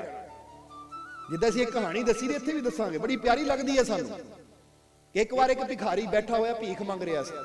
ਬੜਾ ਬਜ਼ੁਰਗ ਇਨਸਾਨ ਸੀ, ਸਰੀਰ ਤੋਂ ਕਮਜ਼ੋਰ ਵੀ ਸੀ, ਬੈਠਾ ਭੀਖ ਮੰਗ ਰਿਹਾ ਸੀ। ਕੋਈ ਆਂਦੇ 1 ਪੈਸਾ ਉਹਦੇ ਕਟੋਰੇ 'ਚ ਪਾ ਦਿੰਦਾ, ਕੋਈ 2 ਪੈਸੇ ਪਾ ਦਿੰਦਾ, ਕੋਈ 50 ਪੈਸੇ ਪਾ ਦਿੰਦਾ, ਇਦਾਂ ਹੀ ਉਹਦਾ ਗੁਜ਼ਾਰਾ ਚੱਲਦਾ ਹੈ। ਅੱਜ ਉਹ ਜਦੋਂ ਬੈਠਾ ਹੈ ਤਾਂ ਇੱਕ ਸੇਠ ਉੱਥੋਂ ਦੀ ਜਾ ਰਿਹਾ ਹੈ। ਸੇਠ ਅੱਜ ਬੜਾ ਖੁਸ਼ ਹੈ ਕਿਉਂਕਿ ਬੜੇ ਸਾਲਾਂ ਬਾਅਦ ਸੇਠ ਦੇ ਘਰ ਪੁੱਤਰ ਹੋਇਆ ਹੈ। ਤਾਂ ਸੇਠ ਬੜਾ ਖੁਸ਼ ਹੈ। ਜਦੋਂ ਉਹਨੂੰ ਖਬਰ ਮਿਲੀ ਦੁਕਾਨ ਤੇ ਬੈਠੇ ਨੂੰ ਕਿ ਸੇਠ ਜੀ ਵਧਾਈਆਂ, ਘਰ ਪੁੱਤਰ ਨੇ ਜਨਮ ਲਿਆ, ਜਲਦੀ ਚਲੋ, ਤਾਂ ਸੇਠ ਬੜੀ ਖੁਸ਼ੀ ਨਾਲ ਜਾ ਰਿਹਾ ਹੈ। ਉਹ ਭਿਖਾਰੀ ਦੇ ਕੋਲ ਦੀ ਗੁਜ਼ਰਿਆ ਤਾਂ ਬਹੁਤ ਵਾਰ ਸੀ, ਪਰ ਕਦੀ 1 ਰੁਪਿਆ ਪਾ ਗਿਆ, ਕਦੀ 2 ਰੁਪਏ ਪਾ ਗਿਆ, ਪਰ ਅੱਜ ਗੱਲ ਹੀ ਇੰਨੀ ਖੁਸ਼ੀ ਦੀ ਸੀ ਕਿ ਜਾਂਦਾ ਜਾਂਦਾ ਸੇਠ ਉਹਨੇ ਕੀ ਕੀਤਾ, ਨੋਟਾਂ ਦੀ ਗੱਡੀ ਉਹਦੇ ਪਾਤੀ। ਜਿਹਦਾ ਬੰਦਾ ਕਹਿੰਦਾ ਨਾ 1000 10,000 ਦੀ ਗੱਡੀ ਪਾ ਦਿੱਤੀ, ਅੱਜ ਮੈਂ ਬਹੁਤ ਖੁਸ਼ ਹਾਂ। ਇਸ ਲਈ ਇਹ ਵੀ ਅੱਜ ਖੁਸ਼ੀ ਮਨਾਵੇ। ਹੁਣ ਜਦੋਂ ਭਿਖਾਰੀ ਦੇ ਕਟੋਰੇ 'ਚੋਂ ਪੈਸੇ ਪਏ, ਭਿਖਾਰੀ ਬੜਾ ਖੁਸ਼ ਹੋਇਆ ਕਿ ਅੱਜ ਤਾਂ ਮੇਰੀ ਜ਼ਿੰਦਗੀ ਬਣ ਗਈ, ਹੁਣ ਤਾਂ ਕਿੰਨੇ ਦਿਨ ਮੈਨੂੰ ਭੀਖ ਮੰਗਣ ਦੀ ਲੋੜ ਹੀ ਨਹੀਂ ਪੈਗੀ, ਅੱਜ ਮੈਂ ਪੇਟ ਭਰ ਕੇ ਖਾਣਾ ਖਾਊਂਗਾ, ਅੱਛਾ ਕੱਪੜਾ ਵੀ ਪਾ ਸਕਦਾ ਹਾਂ। ਭਿਖਾਰੀ ਸੋਚਣ ਲੱਗ ਗਿਆ ਔਰ ਧੰਨਵਾਦ ਕਰਨ ਲੱਗਾ ਕਿ ਇਹ ਪ੍ਰਮਾਤਮਾ ਤੂੰ ਹੀ ਦੇਣ ਵਾਲਾ ਹੈ। ਔਰ ਵਾਕਈ ਦੇਣ ਵਾਲਾ ਉਹ ਪ੍ਰਮਾਤਮਾ ਹੀ ਹੈ, ਇਹ ਗੱਲ ਹਮੇਸ਼ਾ ਯਾਦ ਰੱਖੋ। ਇਹ ਗੱਲ ਫਿਰ ਤੁਹਾਨੂੰ ਕਵਾਂਗੇ, ਬੰਦਾ ਸੋਚਦਾ ਮੈਨੂੰ ਉਹ ਦੇ ਰਿਹਾ, ਮੈਨੂੰ ਉਹ ਦੇ ਰਿਹਾ ਹੈ, ਨਹੀਂ, ਇਹ ਦੇਣ ਵਾਲਾ ਤਾਂ ਉਹ ਪ੍ਰਮਾਤਮਾ ਹੈ। ਜਿੱਦਾਂ ਸਮਝ ਲਓ ਕਿ ਬਹੁਤ ਵੱਡੀ ਟੈਂਕੀ ਹੈ, ਸਰਕਾਰੀ ਟੈਂਕੀ ਸ਼ਾਇਦ ਇੱਥੇ ਵੀ ਹੋਵੇ, ਬੋਲੋ ਸਮਝਦੇ ਹੋ ਕਿ ਨਹੀਂ? ਸਰਕਾਰੀ ਟੈਂਕੀ ਬਹੁਤ ਵੱਡੀ ਟੈਂਕੀ ਪਾਣੀ ਦੀ ਹੈ। ਹੁਣ ਉਹਦੇ ਕਨੈਕਸ਼ਨ ਟੂਟੀਆਂ ਦੇ ਰੂਪ ਵਿੱਚ ਤੁਹਾਡੇ ਘਰਾਂ 'ਚ ਮੌਜੂਦ ਹੈ। ਹੁਣ ਤੁਸੀਂ ਟੂਟੀ ਖੋਲਦੇ ਹੋ, ਪਾਣੀ ਭਰਦੇ ਹੋ, ਤਾਂ ਤੁਸੀਂ ਕੀ ਕਹਿੰਦੇ ਹੋ? ਟੂਟੀ 'ਚੋਂ ਪਾਣੀ ਆ ਰਿਹਾ। ਉਹ ਪਾਣੀ ਟੂਟੀ 'ਚੋਂ ਨਹੀਂ ਆ ਰਿਹਾ, ਠੀਕ ਹੈ, ਉਹ ਜ਼ਰੀਆ ਹੈ, ਪਰ ਪਾਣੀ ਤਾਂ ਉਹ ਟੈਂਕੀ 'ਚੋਂ ਆ ਰਿਹਾ, ਜਿਹੜੀ ਪਿੱਛੇ ਜਿੱਥੇ ਉਹ ਟੂਟੀ ਲੱਗੀ ਹੋਈ ਹੈ। ਜੇ ਉਧਰੋਂ ਕਨੈਕਸ਼ਨ ਟੁੱਟ ਜਾਵੇ ਤਾਂ ਟੂਟੀ ਹੁਣੇ ਹੀ ਪਾਣੀ ਦੇਣਾ ਬੰਦ ਕਰ ਦੇਗੀ। ਜਾਂ ਫਿਰ ਟੂਟੀ ਵਿੱਚ ਕੋਈ ਪੱਥਰ ਆ ਜਾਵੇ, ਟੂਟੀ ਦੇ ਵਿੱਚ ਕੋਈ ਬਲੌਕੇਜ ਆ ਜਾਵੇ, ਤਾਂ ਵੀ ਪਾਣੀ ਆਣਾ ਬੰਦ ਹੋ ਜਾਣਾ। ਤੁਹਾਨੂੰ ਬੰਦਾ ਟੂਟੀ ਨੂੰ ਕੋਸੀ ਜਾਵੇ, ਆ ਟੂਟੀ ਨਹੀਂ ਚੰਗੀ, ਇਹ ਅੱਗੇ ਮੈਨੂੰ ਪਾਣੀ ਦਿੰਦੀ ਸੀ, ਹੁਣ ਮੈਨੂੰ ਪਾਣੀ ਨਹੀਂ ਦੇ ਰਹੀ, ਇਹ ਟੂਟੀ ਬੜੀ ਮਾੜੀ ਹੈ, ਤਾਂ ਉਹ ਤਾਂ ਬੰਦੇ ਦੀ ਮੂਰਖਤਾ ਹੈ। ਟੂਟੀ ਨੂੰ ਮਾੜਾ ਨਾ ਕਹੋ, ਇਹ ਦੇਖੋ ਬਲੌਕੇਜ ਕਿੱਥੇ ਹੈ, ਉਹ ਬਲੌਕੇਜ ਨੂੰ ਦੂਰ ਕਰੀਏ, ਉਹ ਰੁਕਾਵਟ ਨੂੰ ਦੂਰ ਕਰੀਏ। ਇਸੇ ਤਰ੍ਹਾਂ ਯਾਦ ਰੱਖੋ ਕਿ ਇੱਥੇ ਅਸੀਂ ਸਰਕਾਰੀ ਟੈਂਕੀ ਕਿਉਂ ਕਿਹਾ ਕਿ ਪਾਣੀ ਸਰਕਾਰੀ ਟੈਂਕੀ 'ਚ ਹੈ, ਕਿਉਂਕਿ ਇਹ ਇਸ ਲਈ ਸਰਕਾਰੀ ਟੈਂਕੀ ਕਿਹਾ ਕਿ ਉਹ ਵੀ ਸਰਕਾਰ ਹੈ ਜੋ ਸਾਰੇ ਜਗਤ ਨੂੰ ਬਣਾਉਣ ਵਾਲੀ ਹੈ। ਉਹਦੀ ਬੜੀ ਵੱਡੀ ਟੈਂਕੀ ਹੈ ਖੁਸ਼ੀਆਂ ਦੀ, ਰਹਿਮਤਾਂ ਦੀ, ਬਰਕਤਾਂ ਦੀ, ਬਖਸ਼ਿਸ਼ਾਂ ਦੀ। ਔਰ ਜਦੋਂ ਕੋਈ ਚੀਜ਼ ਤੁਹਾਨੂੰ, ਫਰਜ਼ ਕਰੋ ਬੰਦਾ ਕਹਿੰਦਾ ਭਰਾ ਮੈਨੂੰ ਦੇ ਰਿਹਾ, ਮਾਤਾ ਦੇ ਜ਼ਰੀਏ ਮਿਲ ਰਿਹਾ, ਪਿਤਾ ਦੇ ਜ਼ਰੀਏ ਮਿਲ ਰਿਹਾ, ਉਹ ਤਾਂ ਇੱਕੋ ਟੂਟੀਆਂ ਹੈ ਜਿਹਦੇ ਜ਼ਰੀਏ ਉਹ ਕੁਦਰਤ ਤੁਹਾਡੇ ਤੱਕ ਆਪਣੀ ਰਹਿਮਤ ਪਹੁੰਚਾਉਂਦੀ ਹੈ, ਉਹ ਰਿਜ਼ਕ ਪਹੁੰਚਾਉਂਦੀ ਹੈ। ਹੁਣ ਕੱਲ ਨੂੰ ਕੀ ਹੁੰਦਾ ਹੈ? ਉਹ ਟੂਟੀ ਜੜਜਣ ਆ ਜਾਂਦੀ ਹੈ, ਬੰਦਾ ਕਹਿੰਦਾ ਲੈ ਮੇਰੇ ਭਰਾ ਨੇ ਮੈਨੂੰ ਪੁੱਛਣਾ ਬੰਦ ਕਰਤਾ, ਮੇਰੇ ਭਰਾ ਨੇ ਮੈਨੂੰ ਦੇਣਾ ਬੰਦ ਕਰਤਾ। ਇਹਦਾ ਮਤਲਬ ਤੈਨੂੰ ਆਪਣੇ ਭਰਾ ਤੇ ਯਕੀਨ ਹੈ, ਇਹਨਾਂ ਦੇਣਾ ਹੈ। ਉਹ ਆਪਣੇ ਰੱਬ ਤੇ ਯਕੀਨ ਕਰ, ਜੇ ਇੱਕ ਜਗ੍ਹਾ ਬੰਦ ਹੋਏਗੀ ਤਾਂ 10 ਜਗ੍ਹਾ ਹੋਰ ਵੀ ਉਹ ਖੋਲ ਦੇਗਾ, ਕਿਉਂਕਿ ਰਿਜ਼ਕ ਦੇਣਾ ਤਾਂ ਉਹ ਪ੍ਰਮਾਤਮਾ ਦੇ ਹੱਥ 'ਚ ਹੈ। ਤਾਂ ਹੀ ਕਹਿੰਦੇ ਜਦ ਵੀ ਉਮੀਦ ਰੱਖੋ ਸਰੋਤ ਤੋਂ ਰੱਖੋ, ਸਰੋਤ ਹੈ ਉਹ ਪ੍ਰਮਾਤਮਾ। ਜਦੋਂ ਉਹ ਦੇਣ ਤੇ ਆ ਜਾਵੇ ਤਾਂ ਉਹਨਾਂ ਕਿੱਥੋਂ ਕਿੱਥੋਂ ਕਿੱਦਾਂ ਦੇ ਦੇਣਾ ਹੈ, ਇਹ ਤਾਂ ਉਹੀ ਜਾਣਦਾ ਹੈ। ਪਰ ਇੱਥੇ ਹੁਣ ਟੂਟੀਆਂ ਦੀ ਗੱਲ ਆ ਗਈ ਤਾਂ ਇੱਕ ਹੋਰ ਚੀਜ਼ ਵੀ ਕਹਿ ਦਈਏ ਕਿ ਦੇਖੋ ਪ੍ਰਭੂ ਦੇ ਭੰਡਾਰ 'ਚ ਕੋਈ ਕਮੀ ਨਹੀਂ ਹੈ, ਪਰ ਜੇ ਸਾਡੇ ਤੱਕ ਉਹ ਕਿਰਪਾ ਦਾ ਜਲ ਨਹੀਂ ਆ ਰਿਹਾ ਤੇ ਇਹਦਾ ਮਤਲਬ ਕਿਤੇ ਨਾ ਕਿਤੇ ਦੱਸਾਂ ਬਲੌਕੇਜ, ਜੇ ਵਿੱਚ ਰੋੜਾ ਆ ਜਾਵੇ ਤਾਂ ਫਿਰ ਪਾਣੀ ਸਾਡੇ ਤੱਕ ਨਹੀਂ ਪਹੁੰਚਦਾ। ਤਾਂ ਅੱਜ ਅਸੀਂ ਵੀ ਚੈੱਕ ਕਰੀਏ ਕਿ ਪ੍ਰਭੂ ਦੀ ਕਿਰਪਾ ਦਾ ਜਲ ਸਾਡੇ ਤੱਕ ਕਿਉਂ ਨਹੀਂ ਪਹੁੰਚਦਾ, ਕਿਉਂਕਿ ਸਾਡੇ ਅੰਦਰ ਵੀ ਕਈ ਰੁਕਾਵਟਾਂ ਹੈ। ਹੁਣ ਜਦੋਂ ਬੰਦਾ ਨਫ਼ਰਤ ਕਰਦਾ ਤੇ ਵੀ ਇੱਕ ਪੱਥਰ ਹੈ, ਬੋਲੋ ਸਮਝਦੇ ਹੋ ਕਿ ਨਹੀਂ? ਜਦੋਂ ਅਸੀਂ ਕਿਸੇ ਦੀ ਨਿੰਦਿਆ ਕਰਦੇ ਹਾਂ, ਗਾਲੀ ਗਲੋਚ ਕਰਦੇ ਹਾਂ, ਜਾਂ ਅਸੀਂ ਸ਼ੰਕਾ ਕਰਦੇ ਹਾਂ, ਤੇ ਉਹ ਪੱਥਰ ਹੈ ਜਿਹੜੇ ਪ੍ਰਭੂ ਦੀ ਕਿਰਪਾ ਦੇ ਜਲ ਨੂੰ ਸਾਡੇ ਤੱਕ ਨਹੀਂ ਆਣ ਦਿੰਦੇ। ਅਗਰ ਅਸੀਂ ਆਪਣਾ ਇਹ ਰਸਤਾ ਸਾਫ਼ ਕਰ ਲਈਏ ਤਾਂ ਬੜੀ ਆਸਾਨੀ ਨਾਲ ਪ੍ਰਭੂ ਦੀ ਕਿਰਪਾ ਦਾ ਜਲ ਸਾਡੇ ਤੱਕ ਆ ਸਕਦਾ ਹੈ। ਇਸ ਲਈ ਜੇ ਤੁਸੀਂ ਪ੍ਰਮਾਤਮਾ ਦੀ ਕਿਰਪਾ, ਉਹਦੀ ਰਹਿਮਤ ਨੂੰ ਪਾਣਾ ਚਾਹੁੰਦੇ ਹੋ ਤਾਂ ਅੱਜ ਤੋਂ ਨਫ਼ਰਤ ਦਾ ਪੱਥਰ ਹਟਾਓ, ਨਿੰਦਿਆ ਦਾ ਪੱਥਰ ਹਟਾਓ ਕਿ ਮੈਂ ਕਿਸੇ ਦੀ ਨਿੰਦਿਆ ਨਹੀਂ ਕਰਨੀ, ਮੈਂ ਕਿਸੇ ਨੂੰ ਬੁਰਾ ਨਹੀਂ ਬੋਲਣਾ। ਆਪਣੇ ਅੰਦਰੋਂ ਬੁਰਾਈਆਂ ਦੇ ਪੱਥਰ ਹਟਾਉਂਦੇ ਚਲੇ ਜਾਵਾਂਗੇ ਤਾਂ ਪ੍ਰਭੂ ਦੀ ਕਿਰਪਾ ਦਾ ਜਲ ਬੜੀ ਆਸਾਨੀ ਨਾਲ ਸਾਨੂੰ ਕੀ ਹੋਏਗਾ? ਮਿਲਦਾ ਚਲਾ ਜਾਏਗਾ, ਪ੍ਰਾਪਤ ਹੁੰਦਾ ਚਲਾ ਜਾਏਗਾ। ਫਿਰ ਭੰਡਾਰ 'ਚ ਕੋਈ ਕਮੀ ਸਾਡੇ ਆ ਹੀ ਨਹੀਂ ਸਕਦੀ, ਕਿਉਂਕਿ ਦੇਣ ਵਾਲਾ ਦਾਤਾ ਤਾਂ ਉਹੀ ਹੈ। ਜਦੋਂ ਉਸ ਦਾਤੇ ਤੇ ਬਲੀਵ ਕਰਾਂਗੇ, ਯਕੀਨ ਰੱਖਾਂਗੇ, ਭਰੋਸਾ ਰੱਖਾਂਗੇ, ਤਾਂ ਫਿਰ ਦਾਤੇ ਨੇ ਵੀ ਇਦਾਂ ਦੀਆਂ ਦਾਤਾਂ ਦੇਣੀਆਂ ਕਿ ਬੰਦਾ ਲੈਂਦਾ ਲੈਂਦਾ ਥੱਕ ਜਾਏਗਾ। ਗੁਰਬਾਣੀ ਵੀ ਇਹੀ ਕਹਿੰਦੀ ਕਿ ਦਿੰਦਾ ਦੇ ਲੈਂਦੇ ਥੱਕ ਪਾਹੀ, ਕਿ ਜਦੋਂ ਇਨਸਾਨ ਦਾ ਕਨੈਕਸ਼ਨ ਉਹਦੇ ਨਾਲ ਸਿੱਧਾ ਹੋ ਜਾਂਦਾ ਹੈ ਨਾ, ਤਾਂ ਇੰਨਾ ਦਿੰਦਾ ਕਿ ਬੰਦਾ ਥੱਕ ਜਾਂਦਾ, ਪਰ ਉਹਦੀਆਂ ਦਾਤਾਂ ਕਦੀ ਮੁੱਕਦੀਆਂ ਨਹੀਂ। ਪਰ ਜਦੋਂ ਬੰਦਾ ਆਪਣੇ ਉਹਨਾਂ ਰੁਕਾਵਟਾਂ ਨੂੰ ਦੂਰ ਨਾ ਕਰੇ, ਉਹ ਬਲੌਕੇਜ ਨੂੰ ਦੂਰ ਨਾ ਕਰੇ, ਤਾਂ ਉਹਦੀ ਕਿਰਪਾ ਦਾ ਜਲ ਸਾਡੇ ਤੱਕ ਪਹੁੰਚੇਗਾ ਕਿੱਦਾਂ? ਇਸ ਲਈ ਚੈੱਕ ਕਰਿਆ ਕਰੋ, ਅੱਖਾਂ ਬੰਦ ਕਰਕੇ ਦੇਖੋ ਮੇਰੇ ਅੰਦਰ ਕਿਸੇ ਵਾਸਤੇ ਨਫ਼ਰਤ ਤਾਂ ਨਹੀਂ, ਅਗਰ ਹੈ ਤਾਂ ਇਹ ਬਲੌਕੇਜ ਹੈ ਜਿਹੜੀ ਉਹਦੀ ਰਹਿਮਤ ਨੂੰ ਰੋਕ ਰਹੀ ਹੈ। ਤਾਂ ਹੀ ਮੇਰੇ ਜੀਵਨ 'ਚ ਅੱਜ ਖੁਸ਼ੀਆਂ ਨਹੀਂ ਹੈ, ਕਿਉਂਕਿ ਮੈਂ ਨਫ਼ਰਤ ਲੈ ਕੇ ਬੈਠਾ, ਮੈਂ ਦੁਵੇਸ਼ ਲੈ ਕੇ ਬੈਠਾ। ਦੁਵੇਸ਼ ਦਾ ਮਤਲਬ ਹੁੰਦਾ ਕੋਈ ਤਰੱਕੀ ਕਰ ਰਿਹਾ ਤਾਂ ਮੈਂ ਵੀ ਜਲੀ ਜਾਣਾ, ਇਹਨੂੰ ਕਿਉਂ ਤਰੱਕੀ ਮਿਲ ਰਹੀ ਹੈ, ਇਹ ਕਿਉਂ ਅੱਗੇ ਵਧ ਰਿਹਾ ਹੈ, ਇਹਨੂੰ ਕਿਉਂ ਕਾਮਯਾਬੀ ਮਿਲ ਰਹੀ ਹੈ, ਐਵੇਂ ਅਸੀਂ ਦੂਜੇ ਨੂੰ ਦੇਖ ਕੇ ਸੜੀ ਜਾਣਾ, ਅੰਦਰੋਂ ਅੰਦਰ ਜਲਨ ਕਰਨੀ। ਅਗਰ ਮੇਰੇ ਅੰਦਰ ਇਹ ਭਾਵਨਾ ਹੈ ਕਿ ਮੈਂ ਦੂਜੇ ਨੂੰ ਤਰੱਕੀ ਕਰਦਾ ਦੇਖ ਕੇ ਸੜ ਰਿਹਾ ਹਾਂ, ਤਾਂ ਪ੍ਰਮਾਤਮਾ ਕਹਿੰਦਾ ਜੇ ਤੂੰ ਦੂਜੇ ਨੂੰ ਤਰੱਕੀ ਕਰਦਾ ਦੇਖ ਕੇ ਸੜਦਾ ਤਾਂ ਮੈਂ ਤੈਨੂੰ ਕਦੀ ਤਰੱਕੀ ਦੇਣੀ ਨਹੀਂ ਹੈ।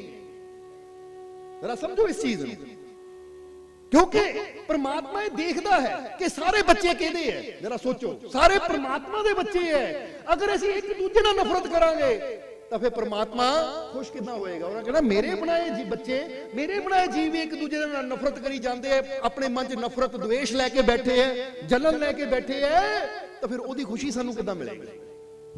ਇਸ ਲਈ ਨਫ਼ਰਤ ਛੱਡੋ ਔਰ ਦੂਜੇ ਨੂੰ ਛੱਡਣਾ ਵੀ ਛੱਡੋ ਔਰ ਦੂਜੇ ਨੂੰ क्षमा ਕਰਨ ਦੀ ਆਦਤ ਬਣਾਓ। ਬੋਲੋ ਸਮਝਦੇ ਹੋ ਕਿ ਨਹੀਂ? ਦੂਜੇ ਨੂੰ क्षमा ਕਰਨ ਦੀ ਆਦਤ ਬਣਾਓ ਕਿ ਅਗਰ ਕਿਸੇ ਤੋਂ ਕੋਈ ਗਲਤੀ ਹੋ ਜਾਵੇ, ਮਾਫੀ ਮੰਗਦਾ ਤਾਂ क्षमा ਕਰ ਦਿਓ ਮਾਫ, ਕਿਉਂਕਿ ਜੇ ਤੁਸੀਂ ਉਹਨੂੰ ਮਾਫ ਕਰੋਗੇ ਤਾਂ ਰੱਬ ਤੁਹਾਨੂੰ ਮਾਫ ਕਰੇਗਾ। ਬੋਲੋ ਸਮਝਦੇ ਹੋ ਕਿ ਨਹੀਂ? ਕਹਿੰਦੇ ਦੋ ਦੋਸਤ ਤੁਰੇ ਜਾ ਰਹੇ ਸੀ, ਦੋਨਾਂ ਦਾ ਕੰਮ ਸੀ ਕਿ ਉਹ ਪੈਸੇ ਵਾਲੇ ਸੀ, ਕੋਈ ਉਹਨਾਂ ਕੋਲ ਪੈਸਾ ਮੰਗਦਾ ਸੀ ਉਧਾਰ ਦੇ ਦਿੰਦੇ ਸੀ, ਵਿਆਜੂ ਦੇ ਦਿੰਦੇ ਸੀ।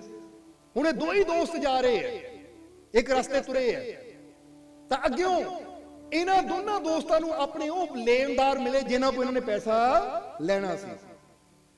ਜਦੋਂ ਲੈਣਾ ਸੀ ਅੱਗਿਓਂ ਮਿਲੇ ਤਾਂ ਹੁਣ ਜਰਾ ਸਮਝਣਾ ਕਿ ਇੱਕ ਦੋਸਤ ਬੜਾ ਦਰਿਆ ਦਿਲ ਸੀ, ਨਰਮ ਦਿਲ ਸੀ।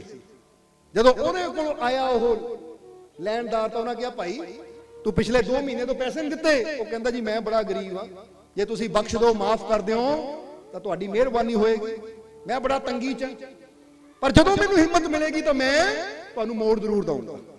ਉਹਨਾਂ ਕਿਹਾ ਕੋਈ ਗੱਲ ਨਹੀਂ, ਜਾ ਤੈਨੂੰ ਜਿੰਨਾ ਟਾਈਮ ਚਾਹੀਦਾ ਤੂੰ ਲੈ ਲੈ, ਫਿਕਰ ਨਾ ਕਰ, ਤੂੰ ਫਿਕਰ ਨਾ ਕਰ, ਕਹਿ ਕੇ ਉਹਨੂੰ ਤੋੜ ਦਿੱਤਾ।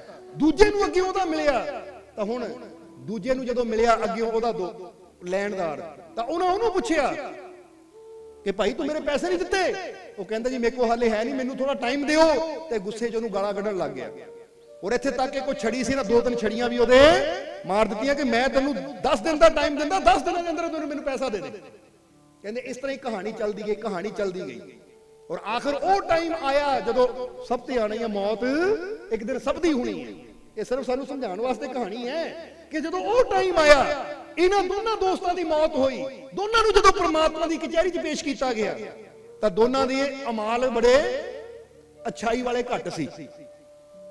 ਹੁਣ ਪਹਿਲਾ ਦੋਸਤ ਜੋ ਦਰਿਆ ਦਿਲ ਸੀ, ਉਹਨੂੰ ਜਦੋਂ ਹਿਸਾਬ ਕੀਤਾ ਗਿਆ ਕਿ ਤੇਰੇ ਅਮਾਲਾਂ ਵਿੱਚ ਅੱਛਾਈ ਦੀ ਕਮੀ ਹੈ, ਸਿਮਰਨ ਦੀ ਕਮੀ ਹੈ, ਹੁਣ ਦੱਸ ਤਰਨਾ ਕੀ ਕੀਤਾ ਜਾਵੇ। ਉਹ ਕਹਿੰਦਾ ਜੀ ਜਦੋਂ ਮੇਰੇ ਕੋਲ ਕੋਈ ਆ ਜਾਂਦਾ ਸੀ ਕਿ ਮੈਂ ਆ ਦੇ ਨਹੀਂ ਸਕਦਾ ਤਾਂ ਮੈਂ ਉਹਨੂੰ ਮਾਫ ਕਰ ਦਿੰਦਾ ਸੀ। ਇੱਕੋ ਹੀ ਗੁਣ ਸੀ ਮੇਰੇ ਕੋਲ, ਹੋਰ ਤਾਂ ਵਾਕਈ ਮੈਂ ਕੋਈ ਚੰਗਾ ਕੰਮ ਨਹੀਂ ਕੀਤਾ। ਪਰ ਜਦ ਮੇਰੇ ਕੋਲ ਕੋਈ ਲੈਣਦਾਰ ਆਂਦਾ ਸੀ ਜੋ ਮੈਨੂੰ ਨਹੀਂ ਟਾਈਮ ਸਿਰ ਪੈਸਾ ਮੋੜਦਾ ਸੀ, ਮਾਫੀ ਮੰਗ ਲੈਂਦਾ ਸੀ, ਤਾਂ ਮੈਂ ਉਹਨੂੰ ਮਾਫ ਕਰ ਦਿੰਦਾ ਸੀ। ਅੱਜ ਮੈਂ ਵੀ ਤੁਹਾਡਾ ਦੇਣਦਾਰ ਹਾਂ ਤਾਂ ਮੈਂ ਵੀ ਇਹੀ ਕਹਿ ਸਕਦਾ ਕਿ ਐ ਪ੍ਰਮਾਤਮਾ ਮੇਰੇ ਤੋਂ ਸਮੇਂ ਸਿਰ ਨਹੀਂ ਹੋਇਆ, ਮੈਨੂੰ ਮਾਫ ਕਰ ਦਿਓ। ਤਾਂ ਰੱਬ ਨੇ ਕਿਹਾ ਅੱਛਾ ਤੂੰ ਦੂਜਿਆਂ ਨੂੰ ਮਾਫ ਕਰਦਾ ਸੀ, ਜਾ ਮੈਂ ਤੈਨੂੰ ਮਾਫ ਕੀਤਾ। ਕਿਉਂਕਿ ਮਾਫੀ ਉਹਨੂੰ ਹੀ ਮਿਲਦੀ ਹੈ ਜਿਹੜਾ ਦੂਜਿਆਂ ਨੂੰ ਮਾਫ ਕਰੇ। ਹੁਣ ਦੂਜੇ ਦੀ ਵਾਰੀ ਆਈ, ਉਹਨੂੰ ਪੁੱਛਿਆ ਤੂੰ ਦੱਸ ਨਹੀਂ, ਤਾਂ ਹੁਣ ਉਹ ਕੀ ਕਵੇ? ਤਾਂ ਰੱਬ ਨੇ ਕਿਹਾ ਦੇਖੋ ਜਦੋਂ ਕੋਈ ਸਮਾਂ ਮੰਗਦਾ ਸੀ ਤਾਂ ਤੂੰ ਸਮਾਂ ਦੇਣ ਦੀ ਬਜਾਏ ਡੰਡੇ ਮਾਰਦਾ ਸੀ, ਉਹਨੂੰ ਸਜ਼ਾ ਦਿੰਦਾ ਸੀ। ਇਸ ਲਈ ਅੱਜ ਤੂੰ ਮੇਰੇ ਘਰ 'ਚ ਆਇਆ ਤਾਂ ਤੈਨੂੰ ਵੀ ਮਾਫੀ ਨਹੀਂ ਮਿਲਣੀ, ਤੈਨੂੰ ਵੀ ਸਜ਼ਾ ਮਿਲਣੀ ਹੈ। ਕਹਿੰਦੇ ਲੈ ਜਾਓ ਯਮਦੂਤੋ, ਜਿੱਦਾਂ ਇਹ ਦੂਜਿਆਂ ਦੇ ਡੰਡੇ ਮਾਰਦਾ ਸੀ ਇਹਨੂੰ ਮਾਰੋ। ਇੱਕ ਛੋਟੀ ਜਿਹੀ ਚੀਜ਼ ਦਾ ਅਸਰ ਇਨਸਾਨ ਦੇ ਜੀਵਨ ਤੇ ਦੇਖਣ ਨੂੰ ਮਿਲਦਾ ਹੈ। ਜੇ ਤੁਸੀਂ ਕਿਸੇ ਨੂੰ ਮਾਫ ਕਰ ਸਕਦੇ ਤਾਂ ਤੁਸੀਂ ਕੀ ਉਮੀਦ ਕਰਦੇ ਹੋ ਕਿ ਰੱਬ ਤੁਹਾਨੂੰ ਮਾਫ ਕਰ ਦੇਗਾ? ਜਰਾ ਸੋਚ ਕੇ ਦੇਖੋ। ਅੱਜ ਬੰਦਾ ਕਹਿੰਦਾ ਰੱਬਾ ਮੈਨੂੰ ਮਾਫ ਕਰ ਦੇ, ਤਾਂ ਰੱਬ ਨੇ ਕਹਿਣਾ ਪਹਿਲਾਂ ਮੈਂ ਦੇਖਣਾ ਤੂੰ ਦੂਜਿਆਂ ਨੂੰ ਮਾਫ ਕਰਦਾ ਜਾਂ ਨਹੀਂ।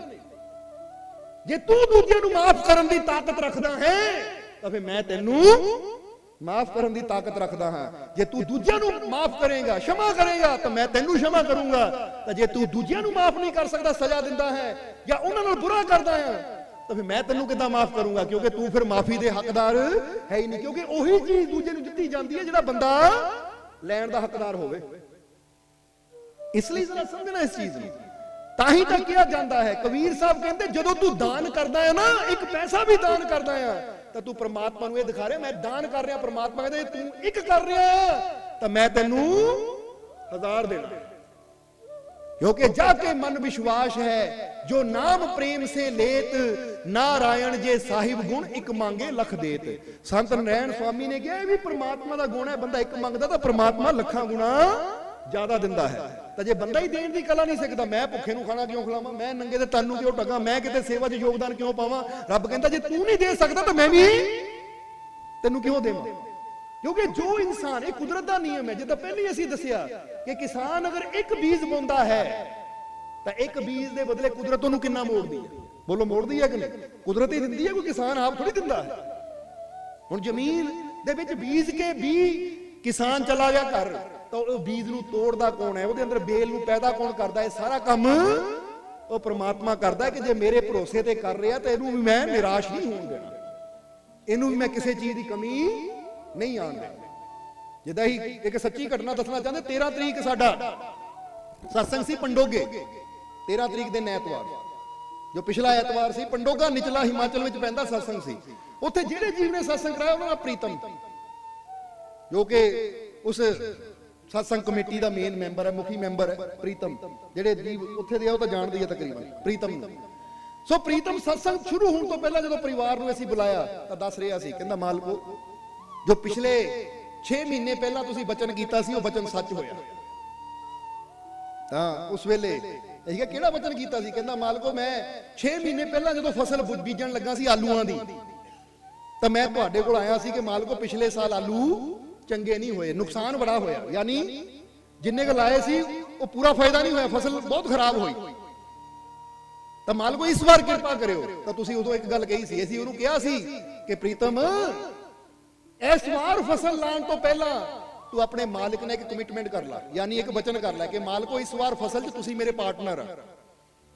पार्टनर का मतलब समझते हो ना, कि पार्टनर का मतलब है कि इस बार मेरे बिजनेस में, मेरे एक काम में तुसी मेरे पार्टनर आ, और मैं इन्ने परसेंट अगर मेरा वधिया होया तो इन्ने परसेंट हिस्सा तुहाडा, चाहे 1% रख लो, 2% रख लो, जो तेरी शर्त ही उन्होंने यही कहा सी, जो तेरी मन की शर्त ऐसी नहीं कहना कि तू 10% कर, 15 कर, 20 कर, अपने मन च सोच लै तू।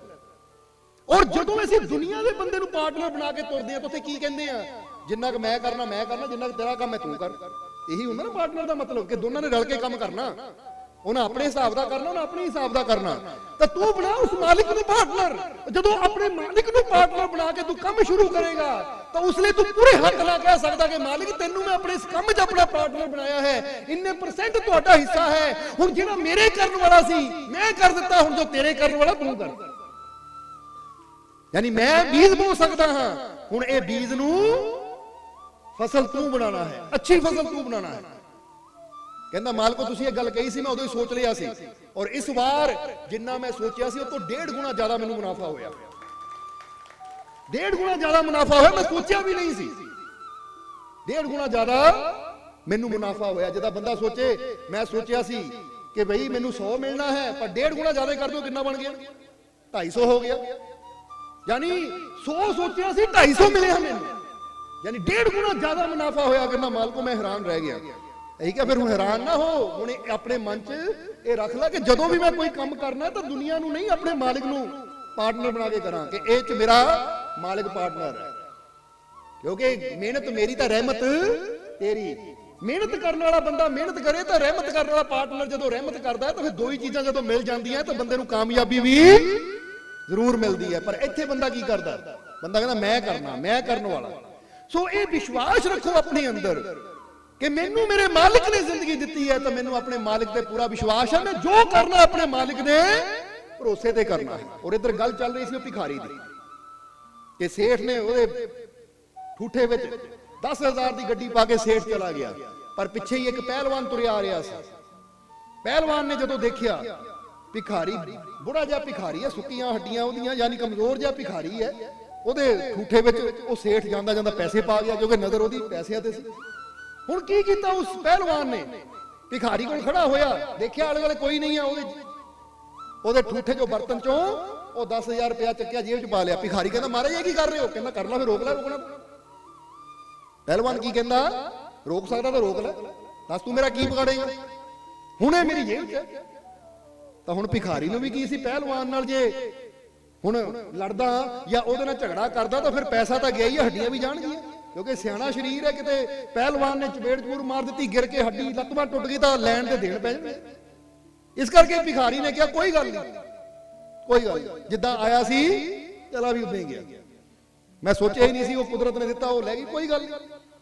ਹੁਣ ਇਹ ਪਹਿਲਵਾਨ ਚਲਾ ਗਿਆ, ਭਿਖਾਰੀ ਨੇ ਅੱਖਾਂ ਬੰਦ ਕਰਕੇ ਹੱਥ ਜੋੜ ਕੇ ਰੱਬ ਨੂੰ ਕੁਝ ਕਿਹਾ। ਇੱਧਰ ਕੀ ਹੋਇਆ ਕਿ ਅਗਲੇ ਦਿਨ ਪਹਿਲਵਾਨ ਆਪਣੇ ਰੂਟੀਨ ਦੇ ਮੁਤਾਬਿਕ ਐਕਸਰਸਾਈਜ਼ ਕਰ ਰਿਹਾ ਸੀ, ਯਾਨੀ ਕਸਰਤ ਕਰ ਰਿਹਾ ਸੀ। ਕਸਰਤ ਕਰਦੇ ਕਰਦੇ ਦਾ ਕੀ ਹੋਇਆ ਕਿ ਜਦੋਂ ਕਸਰਤ ਕਰ ਰਿਹਾ ਸੀ, ਕਸਰਤ ਕਰਦੇ ਕਰਦੇ, ਤੁਹਾਨੂੰ ਪਤਾ ਪਹਿਲਵਾਨ ਵੇਟ ਬੂਟ ਚੱਕ ਕੇ ਭਾਰ ਚੱਕ ਕੇ ਕਰਦੇ ਐ, ਕਸਰਤ ਕਰਦੇ ਤੇ ਅਚਾਨਕ ਉਹਦੀ ਉਂਗਲੀ ਤੇ ਸੱਟ ਲੱਗੀ ਔਰ ਲਹੂ ਨਿਕਲਣ ਲੱਗ ਗਿਆ। ਜਦੋਂ ਲਹੂ ਨਿਕਲਣ ਲੱਗ ਗਿਆ ਤਾਂ ਪਹਿਲਵਾਨ ਨੇ ਕਿਹਾ ਲੈ ਥੋੜਾ ਜਿਹਾ, ਕੋਈ ਗੱਲ ਨਹੀਂ, ਉਹਨੂੰ ਉਦਾਂ ਹੀ ਲਪੇਟ ਕੇ ਆਪਣਾ ਕਸਰਤ ਕਰਦਾ ਰਿਹਾ। ਪਰ ਜਦੋਂ ਦੇਖਿਆ ਕਿ ਸ਼ਾਮ ਤੱਕ ਉਂਗਲੀ ਸੁੱਜਣੀ ਸ਼ੁਰੂ ਹੋ ਗਈ ਤਾਂ ਉਹ ਡਾਕਟਰ ਕੋ ਗਿਆ। ਡਾਕਟਰ ਕੋ ਜਦੋਂ ਗਿਆ ਤਾਂ ਡਾਕਟਰ ਨੇ ਉਹਦੀ ਉਂਗਲੀ ਦੇਖੀ ਤਾਂ ਕਹਿੰਦਾ ਕੋਈ ਗੱਲ ਨਹੀਂ। ਡਾਕਟਰ ਕਹਿੰਦਾ ਚਿੰਤਾ ਨਾ ਕਰ, ਇੰਜੈਕਸ਼ਨ ਲਾ ਦਿੰਦਾ, ਕਿ ਲੋਹਾ ਲੂਹਾ ਲੱਗ ਜਾਂਦਾ ਹੈ, ਇੰਜੈਕਸ਼ਨ ਲਾ ਦਿੰਦਾ, ਪੱਟੀ ਕਰ ਦਿੰਦਾ, ਠੀਕ ਹੋ ਜਾਣਾ, ਫਿਕਰ ਨਾ ਕਰ।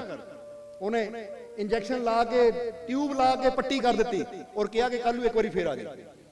ਪਰ ਅਗਲੇ ਦਿਨ ਜਦੋਂ ਉਹ ਪਹਿਲਵਾਨ ਗਿਆ ਤਾਂ ਕਹਿੰਦਾ ਡਾਕਟਰ ਸਾਹਿਬ ਸਾਰੀ ਰਾਤ ਮੇਰੇ ਦਰਦ ਹੁੰਦੀ ਰਹੀ, ਸਾਰੀ ਰਾਤ ਮੇਰੇ ਪੀੜਾ ਹੁੰਦੀ ਰਹੀ, ਨੀਂਦ ਨਹੀਂ ਆਈ ਮੈਨੂੰ, ਜਰਾ ਦੇਖੋ। ਡਾਕਟਰ ਨੇ ਪੱਟੀ ਖੋਲੀ, ਜ਼ਖਮ ਥੋੜਾ ਜਿਹਾ ਵੱਧ ਗਿਆ ਸੀ, ਜ਼ਖਮ ਵੱਧ ਗਿਆ ਸੀ।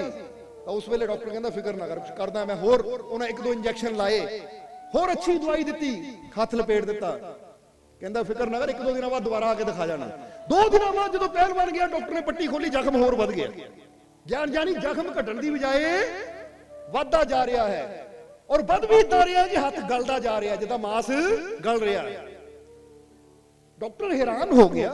ਡਾਕਟਰ ਕਹਿੰਦਾ ਮੇਰੀ ਸਮਝ ਤੋਂ ਬਾਹਰ ਹੈ, ਤੂੰ ਇਦਾਂ ਕਰ, ਫਲਾਨਾ ਇੱਕ ਹੋਰ ਵੀ ਅੱਛਾ ਡਾਕਟਰ ਕੋ ਜਾ। ਹੁਣ ਅੱਛੇ ਡਾਕਟਰ ਕੋ ਗਿਆ, ਉੱਥੇ ਦਿਖਾਇਆ, ਉਹਨਾਂ ਵੀ ਦਵਾਈ ਲੈ ਕੇ ਪੱਟੀ ਕੀਤੀ, ਪਰ ਕੁਝ ਦਿਨਾਂ 'ਚ ਹੱਥ ਪੂਰਾ ਹੀ ਉਹਦਾ ਗਲ ਗਿਆ। ਤਾਂ ਡਾਕਟਰ ਨੇ ਕਿਹਾ ਇਹਨੂੰ ਕੱਟਣਾ ਪੈਣਾ ਹੈ, ਇਹ ਹੱਥ ਨੂੰ ਕੱਟਣਾ ਪੈਣਾ ਹੈ, ਨਹੀਂ ਤਾਂ ਤੇਰੀ ਜਾਨ ਵੀ ਜਾ ਸਕਦੀ ਹੈ। ਤਾਂ ਹੁਣ ਬੰਦਾ ਕਹਿੰਦਾ ਮਰਤਾ ਕਿਆ ਨਾ ਕਰਤਾ। ਉਹ ਕਹਿੰਦਾ ਠੀਕ ਹੈ ਡਾਕਟਰ, ਜਾਨ ਬਚਾਓ, ਹੱਥ ਕੱਟ ਦਿਓ, ਕੋਈ ਗੱਲ ਨਹੀਂ। ਹੱਥ ਕੱਟ ਦਿੱਤਾ। ਹੁਣ ਹੱਥ ਕੱਟਣ ਤੋਂ ਬਾਅਦ ਪੱਟੀ ਬੰਨ ਕੇ ਉਹਦੇ ਜ਼ਖਮ ਨੂੰ ਠੀਕ ਕਰਨ ਵਾਸਤੇ ਡਾਕਟਰ ਨੇ ਫਿਰ ਪੱਟੀ ਬੰਨੀ, ਮੱਲਮ ਲਾਈ, ਇੰਜੈਕਸ਼ਨ ਲਾਏ ਔਰ ਉਹਨੂੰ ਕਿਹਾ ਹੁਣ ਕੁਝ ਦਿਨਾਂ ਬਾਅਦ ਆ ਕੇ ਪੱਟੀ ਖੁਲਾ ਕੇ ਦੁਬਾਰਾ ਨਵੀਂ ਕਰਾ ਲਈ। ਪਰ ਜਦੋਂ ਦੁਬਾਰਾ ਆਇਆ ਹਫ਼ਤੇ ਬਾਅਦ, ਉਹ ਜ਼ਖਮ ਹੋਰ ਅੱਗੇ ਵਧਣਾ ਸ਼ੁਰੂ ਹੋ ਗਿਆ। ਹੁਣ ਗੁੱਟ ਤੋਂ ਕੋਹਣੀ ਦੀ ਤਰਫ ਚੱਲ ਪਿਆ ਜ਼ਖਮ। ਡਾਕਟਰ ਹੋਰ ਪਰੇਸ਼ਾਨ ਹੋਇਆ, ਇਹ ਕਹਾਣੀ ਕੀ ਹੈ?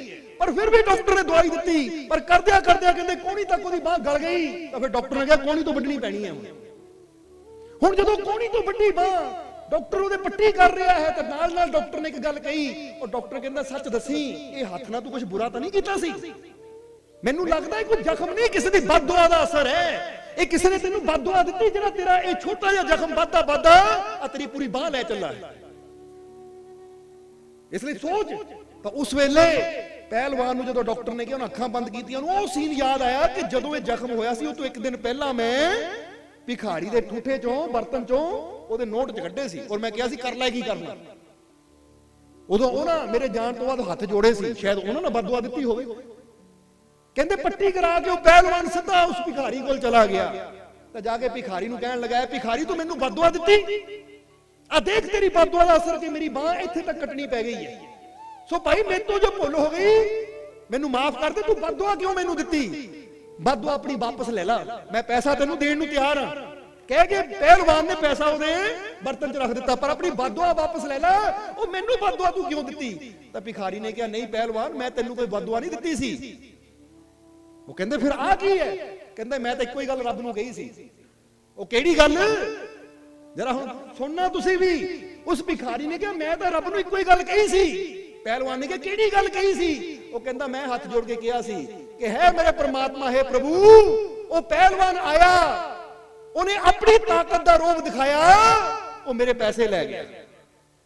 ਉਹ ਮੈਨੂੰ ਆਪਣਾ ਜ਼ੋਰ ਦਿਖਾ ਕੇ ਮੇਰੇ ਕੋਲ ਪੈਸੇ ਲੈ ਗਿਆ, ਸੋ ਮੇਰੇ ਕੋਲ ਤਾਂ ਕੋਈ ਤਾਕਤ ਨਹੀਂ ਹੈ। ਉਹਨੇ ਆਪਣਾ ਜ਼ੋਰ ਦਿਖਾਇਆ, ਆਪਣੀ ਤਾਕਤ ਦਾ ਰੂਪ ਦਿਖਾਇਆ। ਹੁਣ ਤੂੰ ਆਪਣੀ ਤਾਕਤ ਦਿਖਾ ਦੇ, ਤੂੰ ਵੀ ਕਰ ਸਕਦਾ। ਕਹਿੰਦਾ ਮੈਂ ਤਾਂ ਉਹਨੂੰ ਇੰਨਾ ਹੀ ਕਿਹਾ, ਉਹ ਆਪਣੀ ਤਾਕਤ ਦਿਖਾ ਗਿਆ। ਹੁਣ ਮੈਨੂੰ ਤੇਤੇ ਵਿਸ਼ਵਾਸ ਹੈ, ਤੂੰ ਆਪਣੀ ਤਾਕਤ ਦਿਖਾ ਦੇ, ਤੂੰ ਕੀ ਕਰ ਸਕਦਾ। ਜ਼ਰਾ ਹੁਣ ਗੌਰ ਕਰਨਾ, ਇਹਨੂੰ ਕਹਿੰਦੇ ਆ ਜਦੋਂ ਅਸੀਂ ਕਿਸੇ ਦਾ ਬੁਰਾ ਕਰਦੇ ਆ ਨਾ, ਕਿਤੇ ਨਾ ਕਿਤੇ ਉਹ ਬੁਰਾਈ ਸਾਡੀ ਤਰਫ ਆਂਦੀ ਹੈ। ਇਸ ਲਈ ਚੈੱਕ ਕਰੋ ਕਿ ਅਸੀਂ ਕਿਸੇ ਦਾ ਬੁਰਾ ਨਾ ਕਰੀਏ, ਕਿਉਂਕਿ ਜੇ ਜੀਵਨ 'ਚ ਅਸੀਂ ਖੁਸ਼ੀ ਪਾਣਾ ਚਾਹੁੰਦੇ ਹਾਂ, ਆਨੰਦ ਪਾਣਾ ਚਾਹੁੰਦੇ ਤਾਂ ਅਸੀਂ ਬੁਰਾ ਕਰਨਾ ਬੰਦ ਕਰ ਦਈਏ।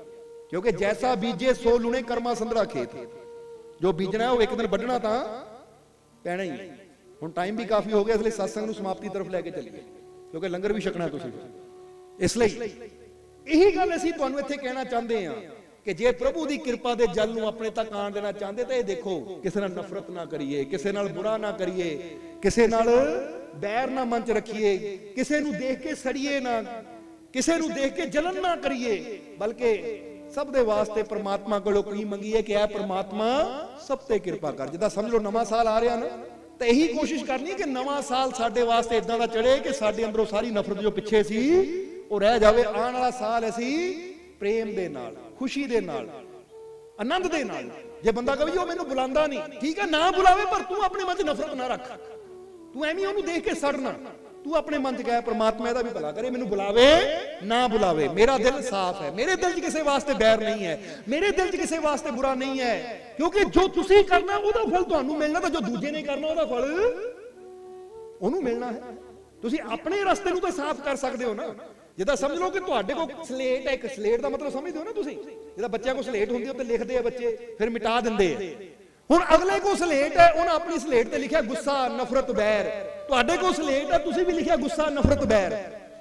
ਹੁਣ ਜੇ ਤੁਸੀਂ ਚਾਹੁੰਦੇ ਹੋ ਮੇਰੀ ਜ਼ਿੰਦਗੀ ਦੀ ਸਲੇਟ, ਮੇਰਾ ਰਸਤਾ ਸਾਫ਼ ਹੋਵੇ, ਉਹ ਮਿਟਾਵੇ ਨਾ ਮਿਟਾਵੇ, ਤੁਸੀਂ ਤਾਂ ਆਪਣੇ ਸਲੇਟ ਤੋਂ ਮਿਟਾ ਹੀ ਸਕਦੇ ਹੋ ਨਾ ਕਿ ਲੈ ਵੀ ਉਹ ਨਾ ਮਿਟਾਵੇ, ਉਹ ਰੱਖੇ ਗੁੱਸਾ, ਉਹ ਰੱਖੇ ਬੈਰ, ਉਹ ਰੱਖੇ ਨਫ਼ਰਤ, ਪਰ ਮੈਂ ਆਪਣੇ ਦਿਲ ਨੂੰ ਸਾਫ਼ ਕਰ ਦਿੱਤਾ। ਕਿਉਂਕਿ ਜਿਹਨਾਂ ਦਿਲ ਸਾਫ਼ ਕਰਨਾ ਹੈ, ਦਿਲ ਨਹੀਂ ਸਾਫ਼ ਹੁੰਦਾ, ਇਹ ਰਹਿਮਤ ਦਾ ਰਸਤਾ ਸਾਫ਼ ਹੁੰਦਾ ਹੈ, ਜਿਹੜੀ ਉਹਦੀ ਰਹਿਮਤ ਨੂੰ ਸਾਡੇ ਤੱਕ ਲੈ ਕੇ ਆਉਂਦਾ। ਇਸ ਲਈ ਅੱਜ ਤੋਂ ਦਿਲ ਨੂੰ ਸਾਫ਼ ਕਰ ਲਓ, ਸਾਰੀ ਨਫ਼ਰਤ, ਸਾਰੀ ਚਿੰਤਾ ਛੱਡ ਦਿਓ, ਔਰ ਇਹ ਗੱਲ ਆਪਣੇ ਅੰਦਰ ਰੱਖੋ ਕਿ ਮੈਨੂੰ ਆਪਣੇ ਮਾਲਿਕ ਤੇ, ਆਪਣੇ ਰੱਬ ਤੇ ਪੂਰਾ ਵਿਸ਼ਵਾਸ ਹੈ, ਮੈਨੂੰ ਆਪਣੇ ਪ੍ਰਭੂ ਤੇ ਪੂਰਾ ਵਿਸ਼ਵਾਸ ਹੈ। ਜੇ ਇਦਾਂ ਵਿਸ਼ਵਾਸ ਰੱਖੋਗੇ ਤਾਂ ਜਿੱਦਾਂ ਤੁਹਾਨੂੰ ਦੱਸਿਆ, ਕੋਈ ਦੁੱਖ ਵੀ ਹੈ ਨਾ, ਕੋਈ ਜੀਵਨ ਦੇ ਵਿੱਚ ਕੋਈ ਦਰਦ ਵੀ ਹੈ, ਕੋਈ ਪੀੜਾ ਵੀ ਹੈ, ਤਾਂ ਬੰਦਾ ਕਹੇ ਮੈਨੂੰ ਆਪਣੇ ਮਾਲਿਕ ਤੇ ਯਕੀਨ ਹੈ, ਮੇਰੇ ਸਾਰੇ ਦੁੱਖ ਦੂਰ ਹੋ ਗਏ। ਦੂਰ ਹੋ ਜਾਣਗੇ ਨਹੀਂ ਕਹਿਣਾ, ਦੂਰ ਹੋ ਗਏ। ਅਗਰ ਕੁਝ ਦਿਨ ਤੁਸੀਂ ਲਗਾਤਾਰ ਇਹ ਗੱਲ ਦੁਹਰਾਉਂਦੇ ਚਲੇ ਜਾਓਗੇ ਤਾਂ ਤੁਹਾਨੂੰ ਉਹਦਾ ਰਿਜ਼ਲਟ ਵੀ ਦੇਖਣ ਨੂੰ ਮਿਲੇਗਾ, ਕਿਉਂਕਿ ਉਹਦੀ ਰਹਿਮਤ, ਉਹਦੀ ਬਖਸ਼ਿਸ਼, ਉਹਦੀ ਕਿਰਪਾ ਹਰ ਜਗ੍ਹਾ ਸਾਡੇ ਨਾਲ ਹੈ। ਉਹ ਕਹਿੰਦਾ ਤੂੰ ਯਾਦ ਕਰ, ਮੈਂ ਤੈਨੂੰ ਜ਼ਰੂਰ ਮਿਲੂੰਗਾ, ਤੂੰ ਮੰਗ, ਮੈਂ ਤੈਨੂੰ ਜ਼ਰੂਰ ਦਊਂਗਾ, ਤੂੰ ਦਰਵਾਜ਼ਾ ਖੜਕਾ, ਮੈਂ ਤੇਰੇ ਵਾਸਤੇ ਜ਼ਰੂਰ ਦਰਵਾਜ਼ਾ ਖੋਲੂੰਗਾ। ਇਸ ਕਰਕੇ ਅੱਜ ਅਸੀਂ ਵਿਸ਼ਵਾਸ ਨਾਲ ਉਹਦਾ ਦਰਵਾਜ਼ਾ ਖੜਕਾਣਾ ਹੈ, ਆਪਣੇ ਅੰਦਰ ਯਕੀਨ ਰੱਖਣਾ ਹੈ ਕਿ ਮੇਰੇ ਤੇ ਮਾਲਿਕ ਦੀ ਰਹਿਮਤ ਹੋ ਗਈ। ਇਸ ਲਈ ਹੁਣ ਟਾਈਮ ਕਾਫੀ ਹੋ ਗਿਆ ਹੈ, ਔਰ ਆਖਰਲੇ ਵਚਨਾਂ ਨੂੰ ਅਸੀਂ ਇਹੀ ਕਵਾਂਗੇ ਤੁਹਾਨੂੰ ਕਿ ਜੋ ਆਏ ਆ ਨਾ, ਤਾਂ ਆਜੋ ਇਹ ਵਿਸ਼ਵਾਸ ਨੂੰ ਲੈ ਕੇ ਥੋੜਾ ਜਿਹਾ, ਜਿੱਦਾਂ ਕਹਿੰਦੇ ਨਾ ਰਿਹਸਲ ਜੀ ਹੋ ਜਾਵੇ। ਰਿਹਸਲ ਦਾ ਮਤਲਬ ਕੀ ਹੈ ਕਿ ਅਸੀਂ ਦੇਖਣਾ ਹੈ ਇਹਦਾ ਅਸਰ। ਸੋ ਸਾਰੇ ਜੀਵਾਂ ਨੇ ਆਪਣੇ ਅੰਦਰ, ਜਿੱਦਾਂ ਦੱਸਿਆ ਕਿ ਇਸ ਲਈ ਤੁਸੀਂ ਮਾਲਕ ਦੇ ਘਰ 'ਚ ਬੈਠੇ ਹੋ ਕਿ ਨਹੀਂ, ਕਿਉਂਕਿ ਵੈਸੇ ਵੀ ਕਿਹਾ ਜਾਂਦਾ ਵਿੱਚ ਸੰਗਤ ਹਰ ਪ੍ਰਭ ਬਸੇ ਜੀਓ। ਗੁਰਬਾਣੀ ਕਹਿੰਦੀ ਜਿੱਥੇ ਸਤਸੰਗ ਹੁੰਦਾ ਉੱਥੇ ਪ੍ਰਭੂ ਦਾ ਵਾਸ ਹੁੰਦਾ ਹੈ, ਉੱਥੇ ਰੱਬ ਦਾ ਵਾਸ ਹੁੰਦਾ। ਤੂੰ ਰੱਬ ਨੂੰ ਇੱਧਰ ਉੱਧਰ ਨਾ ਲੱਭ। ਜਿੱਦਾਂ ਕਬੀਰ ਸਾਹਿਬ ਨੇ ਕਿਹਾ ਹੈ, ਕਬੀਰਾ ਸਭ ਜਗ ਢੂੰਡਿਆ ਕਹੀਂ ਸੁਖ ਮਿਲਾ ਨਾ ਏਕ, ਜਬ ਆਇਆ ਸਤਸੰਗ में तब पाए सुख अनेक। ਇਹ ਕਬੀਰ ਬਾਣੀ ਹੈ। ਕਬੀਰ ਸਾਹਿਬ ਕਹਿੰਦੇ ਮੈਂ ਸਾਰੀ ਦੁਨੀਆ ਤੇ ਘੁੰਮ ਕੇ ਦੇਖ ਲਿਆ, ਸੁੱਖ ਨਹੀਂ ਕਿਤੇ ਮਿਲਿਆ, ਪਰ ਜਦੋਂ ਮੈਂ ਸਤਸੰਗ ਦੇ ਵਿੱਚ ਆਇਆ, ਸਤਸੰਗ ਦੇ ਵਿੱਚ ਬੈਠਾ, ਤਾਂ ਇੱਕ ਨਹੀਂ ਮੈਨੂੰ ਅਨੇਕਾਂ ਹੀ ਸੁੱਖ ਮਿਲ ਗਏ। ਜੋ ਮੈਂ ਚਾਹੁੰਦਾ ਸੀ ਉਹ ਸਭ ਕੁਝ ਮਿਲਦਾ ਚਲਾ ਗਿਆ, ਪਰ ਜਦੋਂ ਮੈਂ ਸਤਸੰਗ ਦੇ ਵਿੱਚ ਬੈਠਾ, ਕਿਉਂਕਿ ਵਿੱਚ ਸੰਗਤ ਹਰ ਪ੍ਰਭ ਬਸੇ ਜੀਓ। ਜੇ ਆਪਾਂ ਵਿਸ਼ਵਾਸ ਨਾਲ ਬਹਿੰਦੇ ਆ ਕਿ ਉਹ ਜਗ੍ਹਾ ਜਿੱਥੇ ਮੇਰਾ ਪ੍ਰਭੂ ਵਸਦਾ ਹੈ, ਮੈਂ ਸਤਸੰਗ 'ਚ ਨਹੀਂ ਆਇਆ ਇਦਾਂ ਸਮਝੀਏ ਕਿ ਮੈਂ ਆਪਣੇ ਪ੍ਰਭੂ ਦੇ ਕੋਲ ਆਇਆ, ਆਪਣੇ ਪ੍ਰਮਾਤਮਾ ਦੇ ਕੋਲ ਆਇਆ ਹਾਂ। ਤਾਂ ਜਦੋਂ ਇਨਸਾਨ ਇਸ ਭਾਵਨਾ ਨਾਲ ਜਾਂਦਾ ਹੈ, ਤਾਂ ਜਿੱਦਾਂ ਦੱਸਿਆ ਹੈ, ਅੱਗ ਦੇ ਕੋਲ ਜਾਵਾਂਗੇ ਤਾਂ ਸੇਕ ਤਾਂ ਮਿਲਣਾ ਹੀ ਹੈ, ਮੰਗੀਏ ਚਾਹੇ ਨਾ ਮੰਗੀਏ। ਹੁਣ ਬੰਦਾ ਅੱਗ ਕੋਲ ਬਹਿ ਜਾਵੇ ਤਾਂ ਅੱਗ ਨੂੰ ਕਹੇ ਭਾਈ ਸੇਕ ਦੇ, ਤਾਂ ਅੱਗ ਨੇ ਫੇਰ ਹੀ ਸੇਕ ਦੇਣਾ। ਨਹੀਂ, ਤੁਸੀਂ ਬੈਠ ਜਾਓ, ਗੂੰਗਾ ਵੀ ਜਾ ਕੇ ਬੈਠੇਗਾ, ਸੇਕ ਉਹਨੂੰ ਵੀ ਨਹੀਂ ਮਿਲਣਾ ਜਿੰਨਾ ਬੋਲਣ ਵਾਲੇ ਨੂੰ ਮਿਲਣਾ ਹੈ। ਅੰਨਾ ਵੀ ਬੈਠੇਗਾ, ਉਹਨੂੰ ਵੀ ਸੇਕ ਉਨਾ ਹੀ ਮਿਲਣਾ ਜਿੰਨਾ ਦੇਖਣ ਵਾਲੇ ਨੂੰ ਮਿਲੇਗਾ, ਕਿਉਂਕਿ ਅੱਗ ਕਿਸੇ ਨਾਲ ਪੱਖਪਾਤ ਨਹੀਂ ਕਰਦੀ। ਇਸੇ ਤਰ੍ਹਾਂ ਜਦੋਂ ਅਸੀਂ ਪ੍ਰਮਾਤਮਾ ਦੇ ਪਿਆਰਿਆਂ ਕੋਲ ਆ ਜਾਂਦੇ ਹਾਂ, ਸਤ ਸੰਗ ਦੇ ਵਿੱਚ ਆ ਜਾਂਦੇ, ਤਾਂ ਵਿਸ਼ਵਾਸ ਰੱਖੀਏ ਕਿ ਮੈਂ ਕਿਸੇ ਇਨਸਾਨ ਕੋਲ ਨਹੀਂ ਜਾ ਰਿਹਾ, ਮੈਂ ਆਪਣੇ ਪ੍ਰਭੂ ਦੀ ਕਿਰਪਾ ਦੇ ਕੋਲ ਜਾ ਰਿਹਾ, ਪ੍ਰਭੂ ਦੀ ਰਹਿਮਤ ਕੋਲ ਜਾ ਰਿਹਾ। ਕਿਉਂਕਿ ਜਦੋਂ ਵਿਸ਼ਵਾਸ ਨਾਲ ਬੈਠਣਾ ਹੈ ਤਾਂ ਫਿਰ ਉਦਾਂ ਦਾ ਫਲ ਵੀ ਸਾਨੂੰ ਮਿਲ ਜਾਣਾ ਹੈ। ਬੋਲੋ ਸਮਝਦੇ ਹੋ ਕਿ ਇਸ ਵੇਲੇ ਵਿਸ਼ਵਾਸ ਨਾ ਆਖਰਲੇ ਵਚਨਾਂ ਸਹੀ ਕੀ ਕਹਿਣਾ ਹੈ, ਮੈਨੂੰ ਆਪਣੇ ਮਾਲਿਕ ਤੇ ਪੂਰਾ, ਮੇਰੀਆਂ ਝੋਲੀਆਂ ਖੁਸ਼ੀਆਂ ਨਾਲ, ਮੇਰੀਆਂ ਝੋਲੀਆਂ ਖੁਸ਼ੀਆਂ ਨਾਲ, ਮੇਰੀਆਂ ਝੋਲੀਆਂ ਖੁਸ਼ੀਆਂ ਨਾਲ। ਬਸ ਇਹ ਵਿਸ਼ਵਾਸ ਆਪਣੇ ਅੰਦਰ ਰੱਖਣਾ ਹੈ ਕਿ ਹੁਣ ਇਹ ਨਹੀਂ ਸੋਚਣਾ ਕਿਦਾਂ ਸਮਝ ਲਓ ਭਰ ਗਈਆਂ, ਕਿਉਂਕਿ ਉਹਦੀ ਰਹਿਮਤ, ਉਹਦੀ ਬਖਸ਼ਿਸ਼ ਕਿਸ ਪਲ ਕਿਸ ਘੜੀ ਆਂਦੀ ਹੈ ਔਰ ਆਪਣਾ ਕਰਮ ਕਰ ਦਿੰਦੀ ਹੈ, ਬੰਦੇ ਨੂੰ ਵੀ ਨਹੀਂ ਪਤਾ ਲੱਗਦਾ। ਸਮਝਦੇ ਹੋ ਕਿ ਨਹੀਂ? ਇਸ ਲਈ ਬਸ ਯਕੀਨ ਰੱਖਣਾ ਹੈ, ਇਸ ਵਿਸ਼ਵਾਸ ਨਾਲ ਇੱਥੋਂ ਜਾਣਾ ਹੈ ਕਿ ਅੱਜ ਮੈਂ ਬਹੁਤ ਕੁਝ ਲੈ ਕੇ ਜਾ ਰਿਹਾ, ਅੱਜ ਮੇਰੇ ਜੀਵਨ ਦੀ ਇੱਕ ਨਵੀਂ ਸ਼ੁਰੂਆਤ ਹੈ। ਕੋਈ ਵੀ ਕਰਮ ਕਰਨਾ ਹੈ, ਕਿਤੇ ਵੀ ਕਦਮ ਉਠਾਣਾ ਹੈ, ਤੇ ਇਸ ਵਿਸ਼ਵਾਸ ਨਾਲ ਮੈਨੂੰ ਕਾਮਯਾਬੀ ਜ਼ਰੂਰ ਮਿਲੇਗੀ, ਕਿਉਂਕਿ ਮੇਰਾ ਮਾਲਿਕ ਮੇਰੇ ਨਾਲ ਹੈ। ਬੋਲੋ ਸਮਝਦੇ ਹੋ ਕਿ ਨਹੀਂ? ਇਹ ਵਿਸ਼ਵਾਸ ਆਪਣੇ ਅੰਦਰ ਰੱਖਣਾ ਹੈ, ਕਿਉਂਕਿ ਵਿਸ਼ਵਾਸ ਦੀ ਸ਼ਕਤੀ ਨੂੰ ਅੱਜ ਸਾਇੰਸ ਵੀ ਮੰਨਦੀ ਹੈ ਕਿ ਵਾਕਈ ਬੰਦੇ ਦਾ ਵਿਸ਼ਵਾਸ ਅਸੰਭਵ ਨੂੰ ਸੰਭਵ ਕਰ ਸਕਦਾ ਹੈ। ਔਰ ਜਦੋਂ ਉਹ ਵਿਸ਼ਵਾਸ ਆਪਣੇ ਮਾਲਿਕ ਤੇ ਹੋਵੇ ਤਾਂ ਫਿਰ ਤਾਂ ਸਭ ਕੁਝ ਆਸਾਨ ਹੋ ਜਾਂਦਾ ਹੈ। ਫਿਰ ਐਸੀ ਕਿਹੜੀ ਪੀੜਾ ਹੈ, ਕਿਹੜੀ ਤਕਲੀਫ ਹੈ, ਕਿਹੜਾ ਦੁੱਖ ਹੈ ਜੋ ਇਨਸਾਨ ਦਾ ਦੂਰ ਨਹੀਂ ਹੋ ਸਕਦਾ। ਹਰ ਦੁੱਖ, ਹਰ ਪੀੜਾ, ਹਰ ਤਕਲੀਫ ਦੂਰ ਹੋ ਸਕਦੀ ਹੈ ਅਗਰ ਬੰਦਾ ਆਪਣੇ ਮਾਲਿਕ ਤੇ ਵਿਸ਼ਵਾਸ ਰੱਖੇ। ਸੋ ਅੱਜ ਤੋਂ ਤੁਸੀਂ ਵੀ ਆਪਣੇ ਅੰਦਰ ਵਿਸ਼ਵਾਸ ਰੱਖਣਾ ਹੈ ਕਿ ਹਰ ਕਦਮ ਤੇ, ਹਰ ਪਲ, ਹਰ ਜਗ੍ਹਾ ਮੇਰਾ ਮਾਲਿਕ ਮੇਰੇ, ਮੇਰਾ ਮਾਲਿਕ ਮੇਰੇ, ਮੇਰਾ ਮਾलिक मेरे। और जिद्दां ऐसी एक गल कही दी है कि जब मेरा मालिक मेरे साथ है तो डरने की क्या, जब मेरा मालिक मेरे साथ है, जब मेरा मालिक मेरे साथ है। आज तो सारे डर छड़ दो, इस विश्वास ना जाना कि तू मेरा राखा सब नहीं थाई, हर कदम ते मेरा राखा, मेरा मालिक मेरे नाल। बोलो है कि नहीं विश्वास? ये गल सिर्फ उपरों नहीं कहनी, क्योंकि दसिया है कि कोई भी बीज जदों जमीन च जाता है तो फिर फसल बनती है, उपर ही रख दे ओनू तो फिर वह पौधा नहीं बनना। ये तुहाडे विश्वास का बीज जिन्ना गहराई में जाएगा उन्नी जल्दी तुहानू रिजल्ट भी देखने को मिलेगा कि वाकई अपने मालिक पे विश्वास करके कदी मैं ना उम्मीद नहीं रहा। बोलो समझदे हो कि नहीं? कुछ महीने पहला की गल एक दसन लगी है तुहानू। एक बंदा दिल्ली तो यूट्यूब ते सत्संग सुनता सी, ਉਹਦੇ मन च भावना पैदा हुई कि मैं जाके मालकां दा दर्शन करके आवां, जाके मैं दरबार दा दर्शन करके आवां।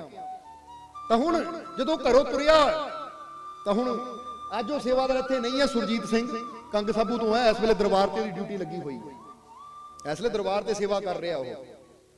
तां जदों वो जीव पहुंचिया तां उदों ऐसी तां दरबार ते नहीं सी, क्योंकि बाहर सत्संग ते ऐसी, क्योंकि वो जीव नूं इन्ना पता नहीं सी कि किहड़े दिन जाना चाहिदा है। तो जो पहुंचा तो सुरजीत सिंह यानी जो सेवादार साडा इसलिए दरबार ते है, उन्होंने आके मिलिया तो सुरजीत दस रहा सी, कहंदा मालको जो आया तो दस रहा सी सानू कि मैं सत्संग सुनिया तो मेरे मन च अचानक भावना उठी कि मैं हुणे ही जाना, हुणे ही जाना। तो वो जो तुरन लगा तो बच्चियां ने कहा कि डैडी ट्रेन दे विच या बस्से चले जाओ, जो जान की तुहाडे अंदर भावना उठी है।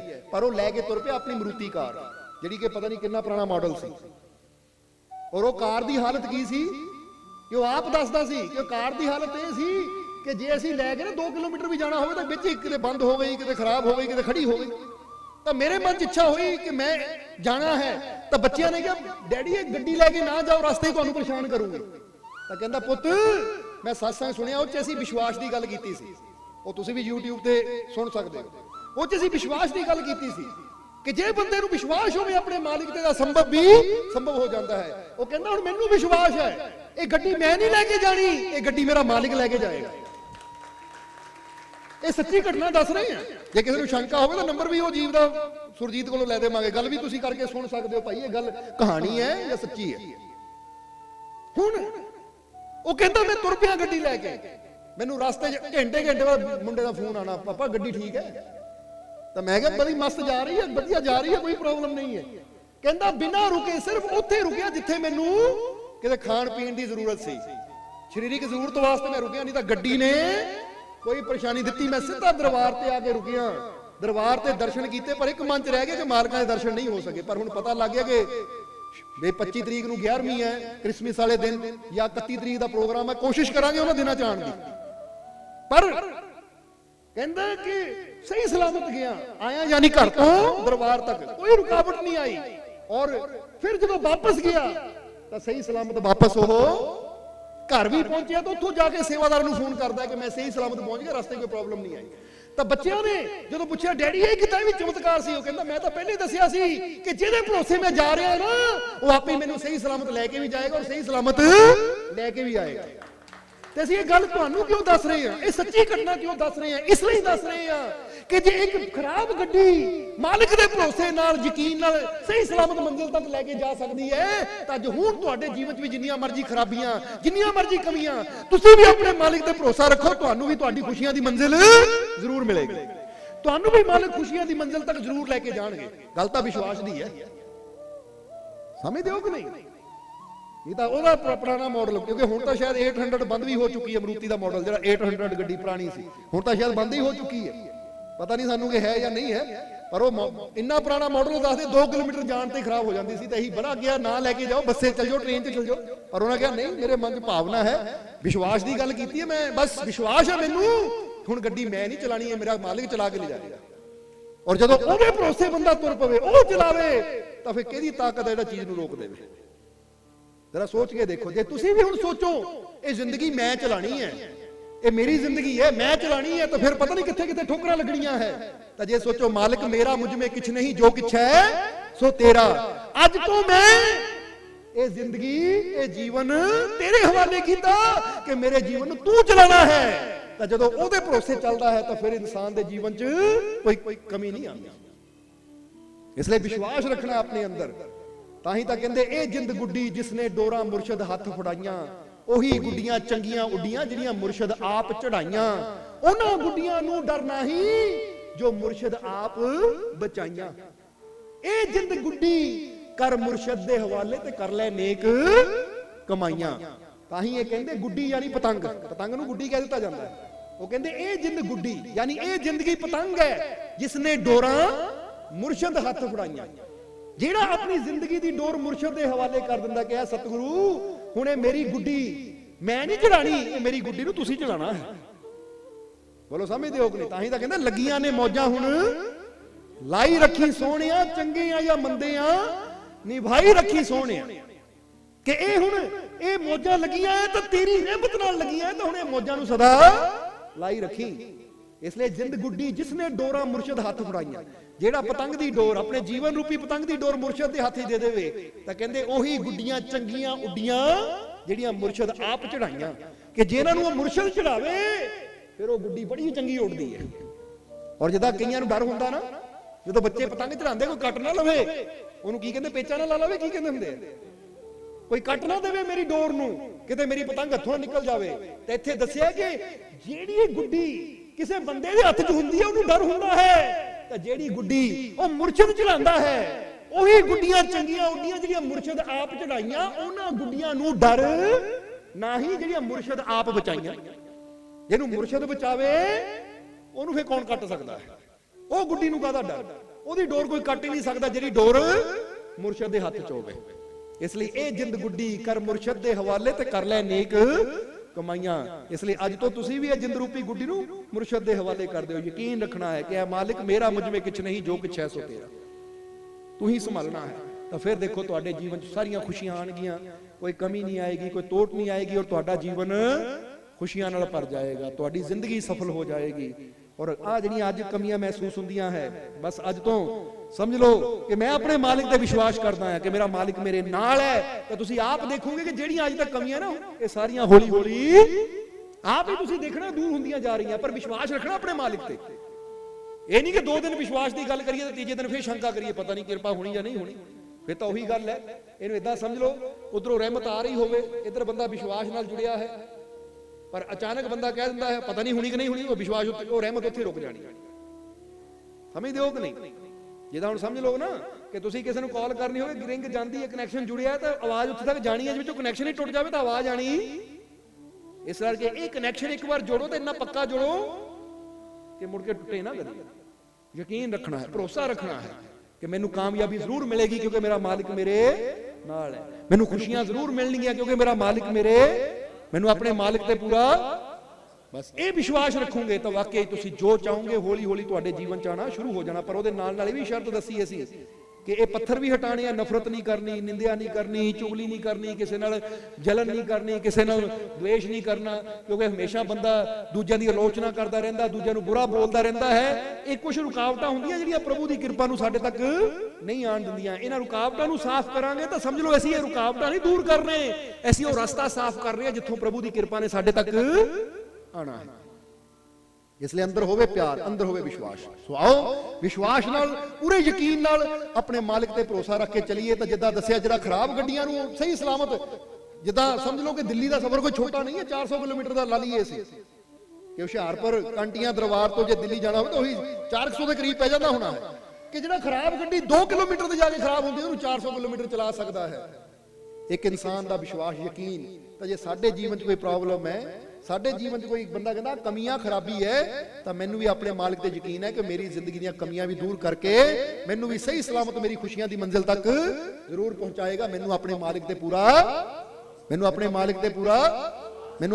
ਤੇ ਪੂਰਾ ਬਸ ਜੇ ਪੱਕਾ ਵਿਸ਼ਵਾਸ ਹੈ ਤਾਂ ਦੇਖੋ ਫਿਰ ਅੱਜ ਤੁਹਾਡੀਆਂ ਝੋਲੀਆਂ ਵੀ ਰਹਿਮਤਾਂ ਨਾਲ ਭਰ ਗਈਆਂ। ਫਿਰ ਸਮਝਦੇ ਹੋ ਕਿ ਔਰ ਹੁਣ ਇਹਨਾਂ ਵਚਨਾਂ ਦੇ ਨਾਲ ਹੀ ਅਸੀਂ ਅੱਜ ਦੇ ਸਤਸੰਗ ਦੀ ਸਮਾਪਤੀ ਕਰਾਂਗੇ ਕਿਉਂਕਿ ਟਾਈਮ ਕਾਫੀ ਹੋ ਚੁੱਕਾ ਹੈ। ਅੰਤ ਵਿੱਚ ਇਹੀ ਉਸ ਮਾਲਿਕ ਦੇ ਚਰਨਾਂ 'ਚ ਅਰਦਾਸ ਬੇਨਤੀ ਕਰਾਂਗੇ ਕਿ ਇਸ ਲਈ ਜਿੰਨੇ ਵੀ ਜੀਵ ਉਸ ਮਾਲਿਕ ਦੇ ਘਰ 'ਚ ਬੈਠੇ ਹੈ, ਸਤਸੰਗ ਦੇ ਵਿੱਚ ਬੈਠੇ ਹੈ, ਆਪਣੀ ਹਾਜ਼ਰੀ ਲਗਾ ਰਹੇ ਹੈ, ਮਾਲਿਕ ਤੁਹਾਡੀ ਸਭ ਦੀ ਹਾਜ਼ਰੀ ਆਪਣੇ ਚਰਨਾਂ 'ਚ ਕਬੂਲ ਕਰਨ, ਤੁਹਾਡੀਆਂ ਸਭ ਦੀਆਂ ਤਕਲੀਫਾਂ, ਦੁੱਖਾਂ, ਦਰਦਾਂ ਨੂੰ, ਪਰੇਸ਼ਾਨੀਆਂ ਨੂੰ ਦੂਰ ਕਰਨ।